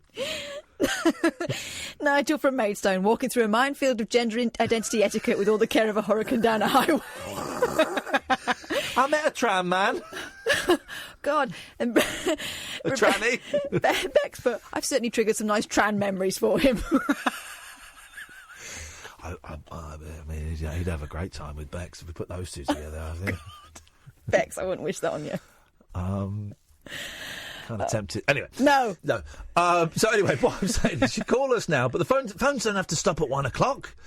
You can call after 1 o'clock. Speak to the man. Yeah. Speak to the man. He'll probably be nicer to you than he was to that fella. All that over a pickled egg. 03... I'll give it up now. 0344. We'll get Martin in just before 1 to let us know. We've got material. Oh, flipping it! We got Chat Is Fate. I forgot about that. No. We've not just got that, because I didn't realise it. I thought we might be due, but I never know, because I'm not psychic like some of the people within its pages. Yes. So yesterday, day before. Yeah, yesterday I was in Tesco and I looked in the section that I haven't looked in for ages. Entitled magazines my grandma would have read. I've got the original real life mag Chat. Yeah. I was drawn to headlines such as I bring my dolls on dates. Did a broken nail make her a killer? Will my baby girl have 2 brains? So we've got that. That's Chat. I think it may be from the same factory. This isn't its fate. No, this is just Chat. That's real life Chat. And then there's one called That's Life! Pregnant with twins by different dads. My Sophie was paralysed by a cuppa. A cuppa? Yeah. Mum left my baby in a cage to die, and that wasn't the worst of it. Here's another one. But we can save that for another day, because I think Chat It's Fate is the Friday treat that everyone's been looking forward to. So this is Chat It's Fate is psychics. Yeah, paranormal stories. For example, I lost 6 stone with witchcraft. As us try and diet and exercise. Death's messengers brought me back to life. That's a brilliant. Make runes and see your future. We could do that. Make runes and see our future. Driven from our home by a poltergeist. It watched us sleep. And my dreams keep me safe, but not everyone. Burnt alive because of my powers. Condemned to die. Heal yourself with Mother Magic. And that is just the front page. There's 60... 62 pages of this stuff. Ooh. And it's beautiful. Ooh. Hang on a minute. I've got to make sure this doesn't take a horrendous. Okay, can I read a bit of this? Well, okay, I haven't read it yet. You read it, maybe. They're- That was going to be my favourite. Well, let me do that in a second. We've got a couple of calls. Let's do this. Let's go to the calls first. Reading your magazine before I've read it. Well, I was going to read it out loud, so I'd read it to you. Okay. But let's speak to Christian first. Good evening, Christian. Good evening. Hello there. I'm good. How are you? Didn't ask. I'm just letting you know. Well, we're not interested. I'm a bit interested. Are you? Mm. Oh. I'm always because you're. This is a genuine question, right? Because your name is Christian. Does that make you more interested or less interested about the Christian faith than a normal person with a normal name? Oh, I wish I could answer that. It's my middle name. But it's my on-air name. Ah, yeah. So what you're asking him is, like your cat Lucky. Yeah. Does he feel obliged? Yes. Yeah. Exactly. Is there a pressure? Yeah, well, actually, I'm happy to be a spokesperson for the Christian faith if you want me to. Yes, be. I would like that. So, are you a Christian? Catholic, but not really a practicing Catholic, so to speak. Like I wouldn't go. So to you're church. not Christian. You're kind of Christianish. Christianish, yeah. I went. No, that's Christian. I'm a bit of a Chris, yeah. Okay. I went through all of the processes. Funny enough, because I think it was when I was younger, it was all to do with the whole, you'll get into a Catholic school. Yeah. Your devout Catholic Italian grandmother would like you to, so it was like, right, go get the bread, go get the wine. I was like, this is great. Didn't they mention, and maybe heaven? Well, I'm still waiting on that promise to come through, but we'll see. Maybe in, I don't know, how many years? I would say let me know, but I'm definitely not going there. I'm not, I don't think I will either, to be honest. So I'd like to check out the other place. It seems more interesting. There's better people down there. Doesn't it? Yes, man. There's going to be... Surely hell. Well, no, it's torture, isn't it? Actually, I'll tell you what, I want to go wherever Mike It's McGee the absence is of going. God, actually. Oh. I want to go wherever Mike McCartney McGee is going. Oh, you'll hear him. I feel like I'd have some good company. Wasn't he brilliant? Joyous. I sat in the car listening to that for so long, and funny enough, that was kind of why I was ringing. I just wanted to say thank you so much for doing all of those segments on various people who I personally, for someone who's 25, would never have thought about. Wicked! There you go. Ever, because there's so many people who I've kind of gone and listened to. Just before Christmas, there was Dave Hill, and it's like, wow. There's some cool people out there. Oh, thank you, man. That means a lot, because we had a couple of people saying they didn't like the guests, and obviously there are more people saying they like it and don't, and it knocked me a bit, but we're just trying to bring really interesting, creative people that might have slipped past you, that we think are worth checking out. Even if you don't dig them, they're worth checking out, so you're going, it's not really my cup of tea. It's pick and choose. Cause, I mean, I'll be honest, I won't listen to all of the bonus ones, just because it'll just be a time thing, but... the Mike McCartney, oh my God, he had so many good stories. And you know what? I think we tip of the iceberg with that guy. Yeah. There's more, way more. I mean, but I just keep thinking about him tapping Jimi Hendrix on the knee to cue him in. How many other people can say they've done that? That's insane. Touch of genius from him. Oh, nice one, Christian. Well, thank you. I'm glad you enjoyed it, and thank you for letting us know. That means a lot. That's no problem. And my parting gift to you will be something that happened to me tonight. In fact, this is quite serious. A man came up to me in the street and said he listened to your show. And then, I probably should go to the police, because he pulled out his hand, and in his hand, he came towards me with it and went, tickle, tickle, tickle, tickle. A stealth tickle. They're the worst kind. Christian, if anyone offers you a tickle... Did that one not work? That one didn't work. You've got to go a little bit more. This is how you do it. Sam, come and help me out here, buddy. Catherine, help me. This is what you do. Oh, no. Come in. So we're all stood around you, Christian. You ready? First of all, do we have your permission to do this? I'll speak to my Catholic friends. Come on, Sam. Sam's the best, isn't it? Sam is the best. You're touching my beard. Please leave me. You love it, Christian. Thank you very much for your call, you little tickle monster. You loved it. I like that. Andrew. Hello. Good evening, Ian. Good evening, Kath. Hello, Andrew. Hello. That Chat is Fate magazine. That's like the gift that keeps on giving. That's amazing. It's just the best. Yep. And I bought it. I have to get a copy of the National. My idea. I have to get a copy of the Inquirer from here because I can get the Inquirer that does all those sort of same stories. Yes, man. That was pretty cool. It's great, isn't it, that you can print any old crap.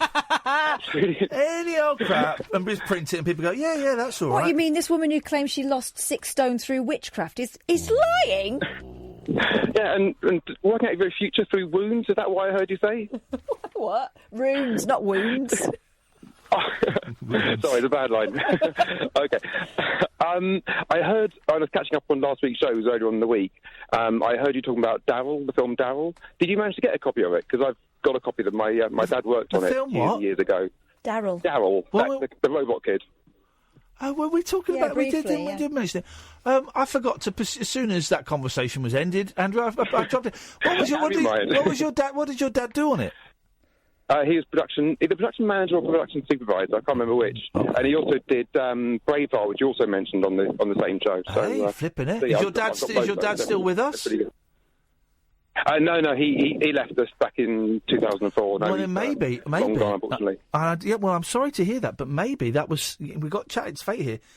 I mean, certainly enough. That what we've just said there is certainly enough to get 3-page spread in there. But maybe that was those 2 movies mentioned in the same, 2 very disparate movies mentioned in the same show. Maybe that's your dad just trying to say, maybe take those videos back to Blockbusters or something. I don't know. I could give it a try.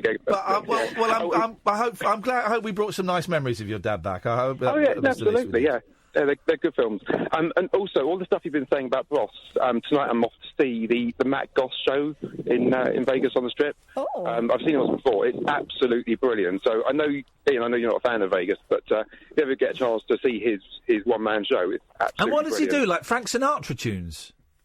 Yeah, it's kind of like lounge singer style. So he does he does his When Will I Be Famous and something else, but he also does like the Frank Sinatra style singing in a lounge with dancing girls and stuff. It's an amazing show. Does he do When Will I Be Famous in a swing style?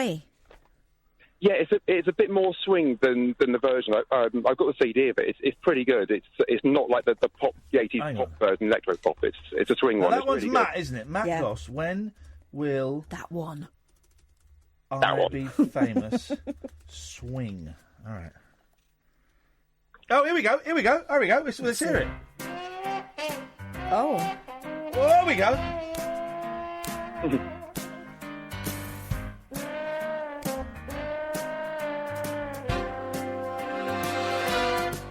Yes, you're sort of blue one with your body in the sun. Oh, this is great. Yes, you are. You've wrecked car marks and you've taught yourself to dance. You're the best by far. Yes, you're totally obsessed. Triple threat, be the best. Yes, you are. You're rehearsing for the part. Every word is from your heart. Will you be a star? You keep asking the question one you're not supposed to mention. When will I be famous? When will I see my picture in the paper? Okay, got the idea. I like that. Here's what we're doing. One of us is dressing up as Denim Bros. One of us is dressing up as Vegas Boss. That's what we're doing. That's cool. Well, I'm meeting his manager, I think, just beforehand, so I'll see if I can blag you one of his CDs. Blag a CD. Here's what we want, right? Here's what we want. We want a video message from Matt Goss for everybody at the Rabbit Hole Picture Show who's about to watch the documentary. That's what we want. Can you do it? All right. I will. I'll have a chat. I'll see what I can do, but yeah. Here's the thing. If you did it, I know it's a long shot. If you did it, we'd love you forever. You got free tickets for the rest of your life to any of our shows. If you don't do it, you're dead to us. If you don't do it, you're dead to us. Never call us again. You're a scumbag. Andrew, who? Is that going to include the flight over? No. Right. Goodbye, Andrew. Thanks for. You get that for nothing anyway, you chancer. Absolute scumbag of a human being. When will I be famous? I can answer that. When will I see my picture in the paper? There we go. I think we got the idea. You get the idea. Yeah. This is Talk Radio. The Late Night Alternative with Iain Lee on Talk Radio. We'll get you talking. Right, so what chat it's fate? Are we doing I Lost Weight through... Witchcraft. Well, let's have a look. Let's see what we got. I've not looked at it properly yet, so... let's have a look. Okay. I mean, there's some... You know we're on air now, yeah? You got that. You know we're on air now. My favourite correspondent that you could write to in there is Roy DeLune. Sorry? Roy DeLune, who does the dreams. Does he? I'm Roy DeLune, I do the dreams. He spells it... He looks like sort of goth with... He looks... Oh, I tell you who he looks like. Hang on a second. What's that Limmy sketch? He looks exactly like... Let me find a picture. The one that's supposed to be the Choose Your Own Adventure man? Yeah. What is it? Can't remember. What's it called? Flipping it. The Adventure Call. He looks... hang on. Let me find it. Hang on a minute, guys. This is my mate Kath. But, oh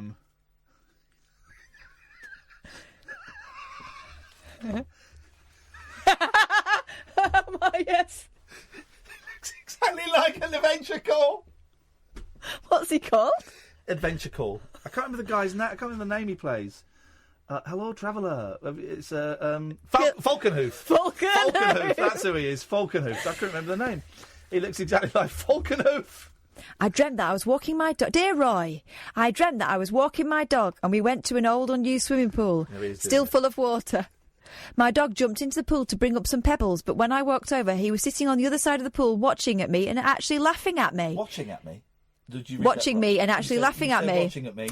You've done that to make them sound idiotic. So well, careful. He said, ha ha ha ha ha, I've just taken the mickey out of you again. And that comes from Val Varney, age 52, from Edinburgh. Val Varney? What does Roy say? I'll tell you. Dear Val, there are some old emotional issues you're subconsciously focusing on. Can you think of a situation where you trusted somebody but were let down by them and ended up feeling crestfallen, embarrassed, or worse as a result? Yes, and so can I. And I haven't dreamt of a laughing dog. It's life. This is what's happening in your dream. Once you've worked out what this is about and why it's bothering you now, you'll be able to deal with the emotions. I mean, he's so wise.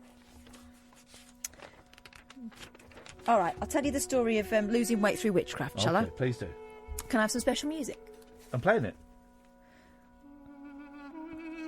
The sun beat down as I lay on a sun lounger. Oh, I've started it wrong. Can I start That's because you're not a professional. I'd have done this in one take, you're just saying. The sun beat down as I lay on a sun lounger. Yes, mate. A sarong covering my size 22 bikini. Yes. It was June 2018, and I was on holiday in Mallorca with my family.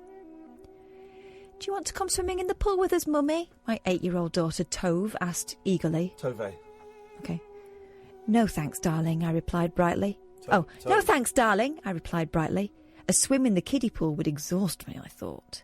At 17 stone 10 pounds, I was overweight, unfit and uncomfortable. That's big, but that's still beautiful. I'd had 4 children in 8 years and put on weight with each pregnancy. One every 2 years that works out, but she may have had twins at some point. We don't know the full stats. After giving birth to my last child, Ludo, now 18 months, I was a generous size 22. Her children, Ludo, Cluedo, Monopoly and Mousetrap. Mousetrap's a boy's name.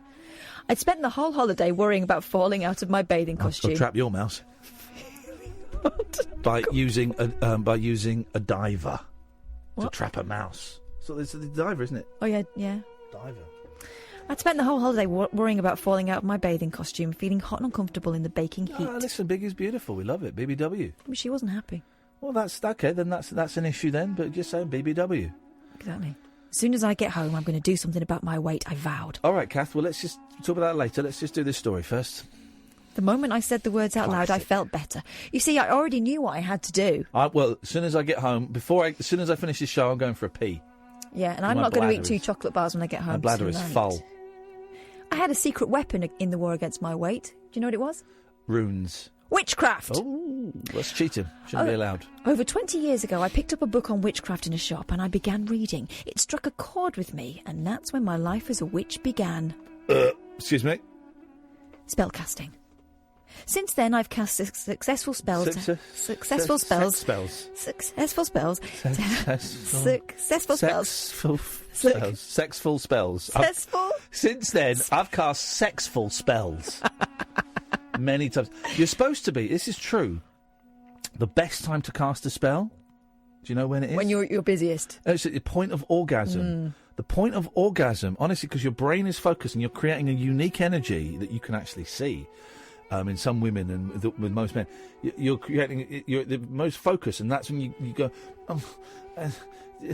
and put a hex on him. Oh yes, that will work. That will actually work. That will actually work. Trust me. Oh, absolutely. And I cannot go into detail, but trust me. Let's just say.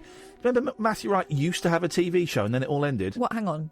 That's all I'm saying. You were thinking of Matthew Wright on the point of orgasm. Yep. Whoa.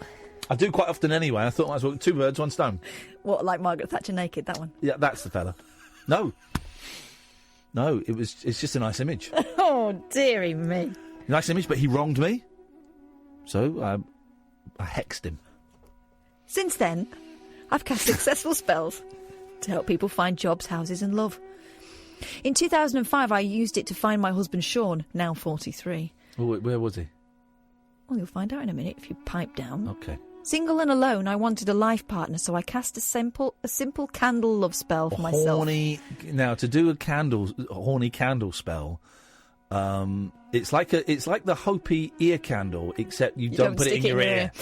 You've got to have it lit, and you kind of turn your downstairs department into a candelabra. Well, let's find out how Inbal Hogniman, 44 from Huddersfield, West Yorkshire, did it. Easier for women. Well, easier for women, but men can still use this procedure. You can either insert a full candle in the back door or a little birthday cake candle in your penis.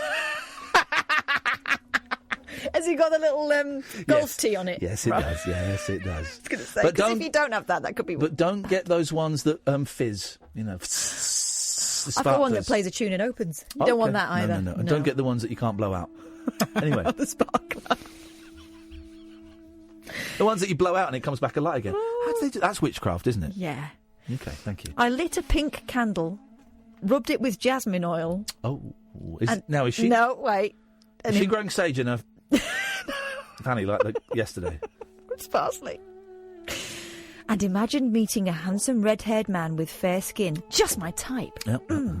A few days later, I was scrolling through an internet dating website when I came across Sean's profile. So hang on. She imagined a ginger man and then went looking for one on Tinder. But you're going to find one. Okay. Spoiler. Okay. He's nice, I thought to myself. Me too.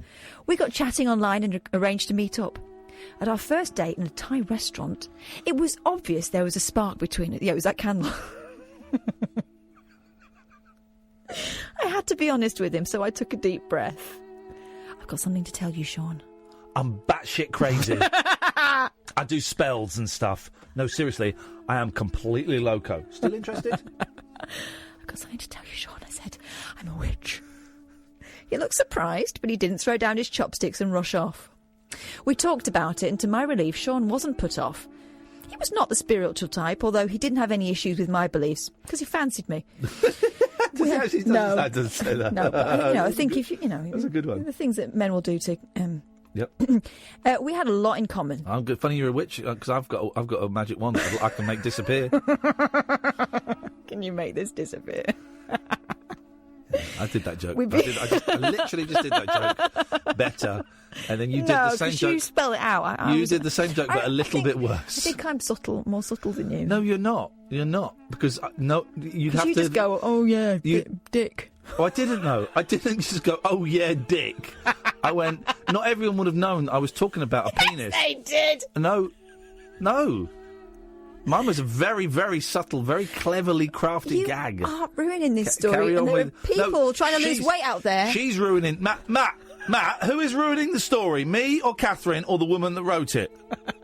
Mainly the woman that wrote it. Thank you.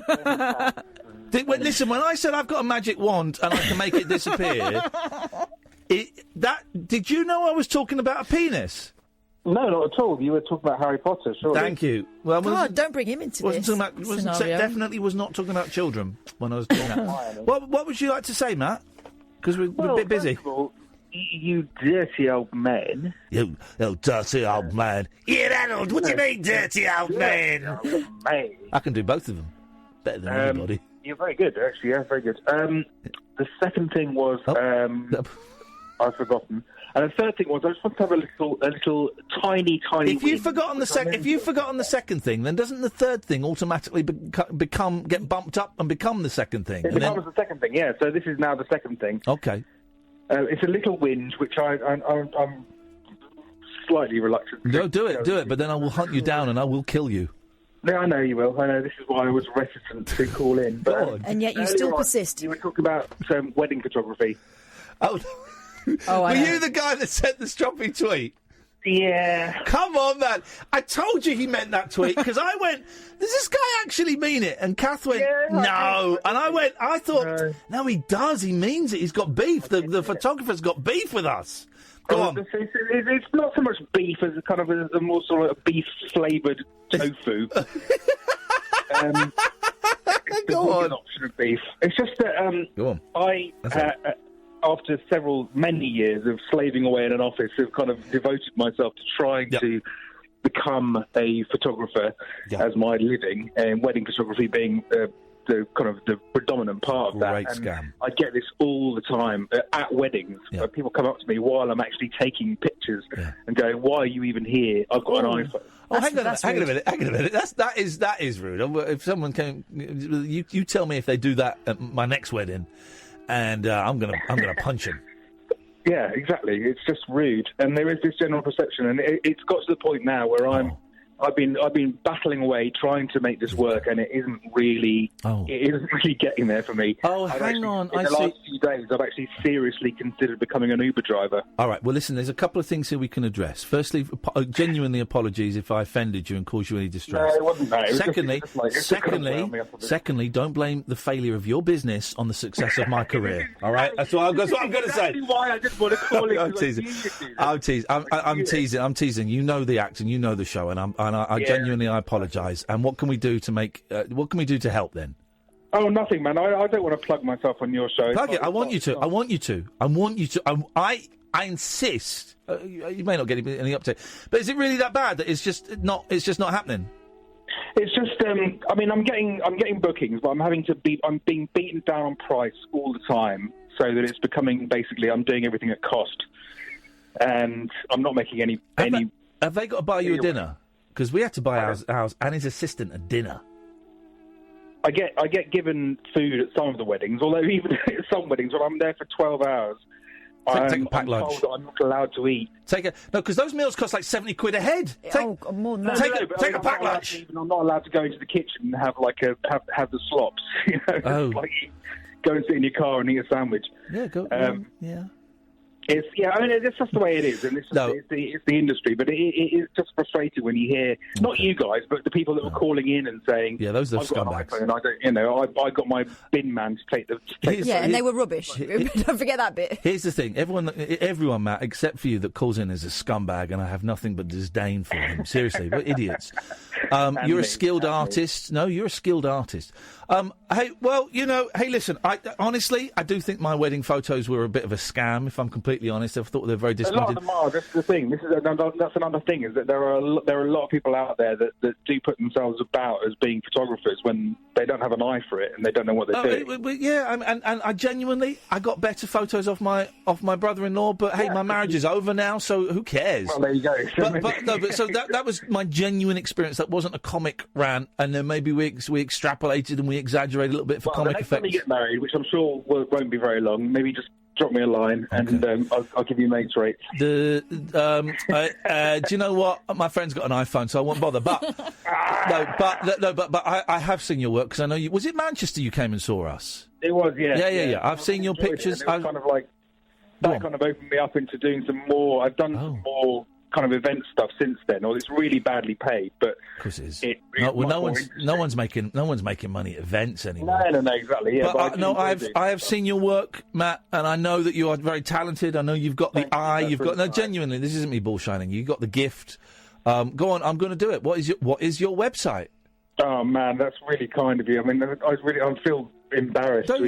We shouldn't. This is a British thing. Feeling embarrassed trying to sell yourself and get Don't work. Don't be. I know exactly. It's just probably why I'm not making any money because I'm not. You know, it's forward enough. only. You know, Okay, my listeners won't be able to afford. You know, a photographer. But go on. What's your website? It's MatthewLawsonPhoto.co.uk. Lawson, Lawson. Yeah. MatthewLawsonPhoto.co.uk.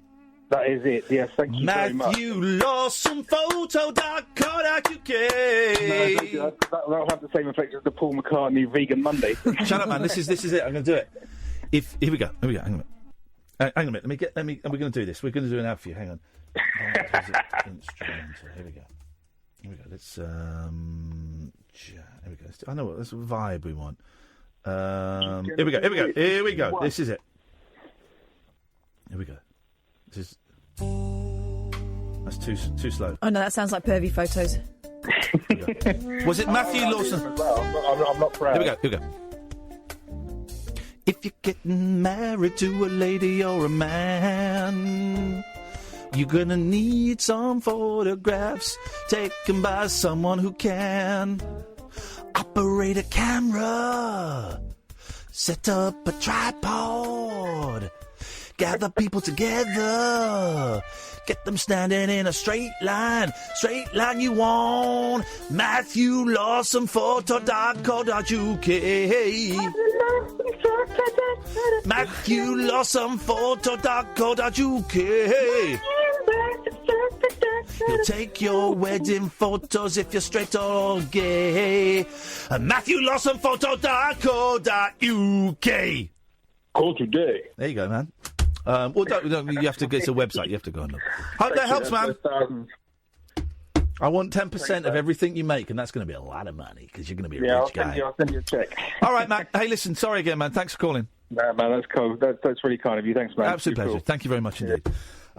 Just well played for calling up. You got beef. And that's the thing. If you got beef with something we say, talk phone to us up. about it. Don't fester on it. No, don't. You know, he did send a slightly snidey tweet, but I get it. We slagged off his business that he's, you know, thinking of jacking in because he's not making. If we say something you don't like, phone up, and we'll either double down and defend our point, or we'll consider what has been said and go, oh yeah, do you know what? Maybe we did go a bit far. We'll take a break. We'll get the end of this story. Well, then we'll have Matthew Kellner. This is all kind of just working out, isn't it? Yeah. Is it by magic? Oh, okay, mate. Thanks very much. The Late Night Alternative with Iain Lee on Talk Radio. Hang on. Can't stop the jazz. Guys, that's the problem once you start. Guys, if you want to laugh, Google Paul McCartney gravel. It's a bit of gravel that looks like Paul McCartney, and now funny. Really, really funny. So go and Google Paul McCartney gravel. Anyway, right, we've got like a minute, because you know Kellner will come in early and start huffing and puffing. Why is the studio not the way I want it? It's my turn to talk up the show. I want the last 10 minutes of this guy's show. So you need to hurry up. I'm going to get you some music. Hang on a minute. Let's get we got to get some spiritual music.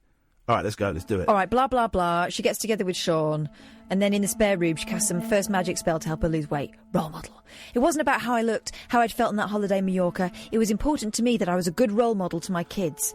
I was encouraging... I don't know if magic is actually a good role model to be setting to children, if I'm honest, unless you're Paul Daniels.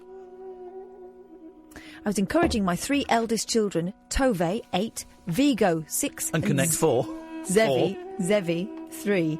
to be sporty, but not exercising myself. What kind of example did that set? I had to take action, and I knew that magic could help. Or sport. My first ritual was a simple health spell. Blue represents health, so I took a blue candle and I rubbed it with lavender oil to increase health and calm. And then I stuck it very firmly. I lit a candle and an incense stick. I light a candle to my bum. I placed a crystal by the burner to focus the energy, and as I did so, I focused my thoughts on being healthy and chanted, I can stick to my goals. I am healthy. I can stick to my goals. I am Let's healthy. Let's all try that, guys. Let's all try that home now. I can stick to my goals. I am healthy. I can stick to my goals. I am healthy. I can say, well, that's not a spell, that's just an affirmation. Yeah. To finish the ritual, I tied a blue cord around the items to capture my resolve to live a new healthy lifestyle, and then I let the candle and incense burn out. You shouldn't really be telling people how to do spells in chat is fate. That's irresponsible. No, exactly. A couple of days went by, then a thought struck me. Why don't I take up running? Right, so hang on a minute. She used magic and Tinder to find someone, and then she used magic and running to lose weight. I'm seeing a pattern here. This is outrageous behaviour. So I pulled on my sweatpants, headed down to the local park, and I started jogging. After 40 seconds, I stopped, gasping for breath. This isn't easy, I noticed. Do a bloody spell to get breath. But I kept going, collapsing on the Breath sofa spell. half an hour later, completely and utterly exhausted. The next day, I put on my trainers and did it again. Before I knew it, I was running 4 times a week, and that's how I lost 6 stone. Through exercise. So there's spells. All that rubbing of candles. The spell, I want to lose weight, and then 2 days later, I might do some exercise. You're a man that's travelled the world, you've done things, you've seen things that we can only imagine. Only imagine. You ever done spells, magic? You ever been involved in that scene? No, not at all. Missing out. Yeah, maybe you're probably right there. Missing I've out. not done anything like that at all. But I do love magic.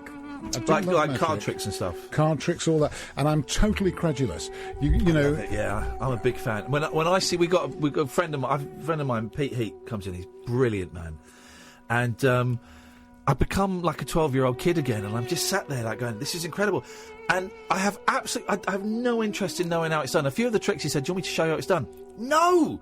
I don't want to know. I want to buy into this whole thing that you really can read my mind and all of that stuff. I love it. No, it's all nonsense, obviously, but it's great fun. It's good. Fun. My kids got into magic, and they can do a few little tricks now. And it's not... They've got beyond the stage of doing that thing of they go, right, look at this. Right, just close your eyes for a second. They can actually do a couple of little tricks now properly where they don't turn around or ask you to close your eyes. So it's all good. Can I tell you a joke? Jokes make me very uncomfortable. Well, it's not an actual... there was these 2 guys went into a pub. Go on then. It's just something from a quote from a movie which I was watching on Netflix, which I quite enjoyed. Yeah, go on. But there's loads of films on Netflix at the moment where there's just a couple of old people in it. There's a Kosminski Method, which is Michael Douglas and the other guy. There's one with Chevy Chase. That's what I was watching. Was it any good? Because I watched the first 10 minutes and I just thought, I don't know if I can be bothered. Is it any good? It's not bad. It's not brilliant, but there's 1 or 2 good lines in it. They're talking... They're in this old people's home. And everything's about old people. They're in this old people's home, and one of them's explaining Cialis, or Cialis. Yes, it's like posh Viagra. Yeah. Yes. Anyway, so he's explaining, and he said, "I'm like that." Yeah. And he explains just how hard it makes him. Yeah. And and these guys like are in their 80s, and he says, "That's brilliant. Do you, do you actually orgasm? Do you come?" Yeah. He says, "Do you count dust?" Which just struck me as a brilliant line. I thought I'll share that with you. Yeah, thank you very much for lowering the tone of our very high class. Yeah, well, I wonder, where can I tell that joke where it's, where the not on your tone's show. already been... Not on mine. Now, listen, we are encouraging... Fingers crossed Nigel phones you up. He's a great performer, a very talented performer. I don't know if I'm saying that. He doesn't listen. But he might call. But we should make more of this. The phone lines don't stop at 1 o'clock. No. You're more than happy to talk to these to the callers. Yeah, no, I'm absolutely happy. Okay. Absolutely happy. Same phone number. Who have you got? Is it Mark you've got with you tonight? Mark's with so me Mark tonight. will answer the phone He calls. will, and bring you He'll back. take your name and number and give you a call back all through the night. You're feeling lonely, you're feeling drunk, you're feeling happy, you're feeling aggressive. Not too drunk. If you're feeling very, very drunk, if you're high on drugs, I just want to hear it. You can call it after 1 o'clock. You can start calling now if you want. 0344 499 1000. Anyway, we've got a minute. What is on your show tonight, Mr. Collins? Well, interestingly, I'm talking about magic.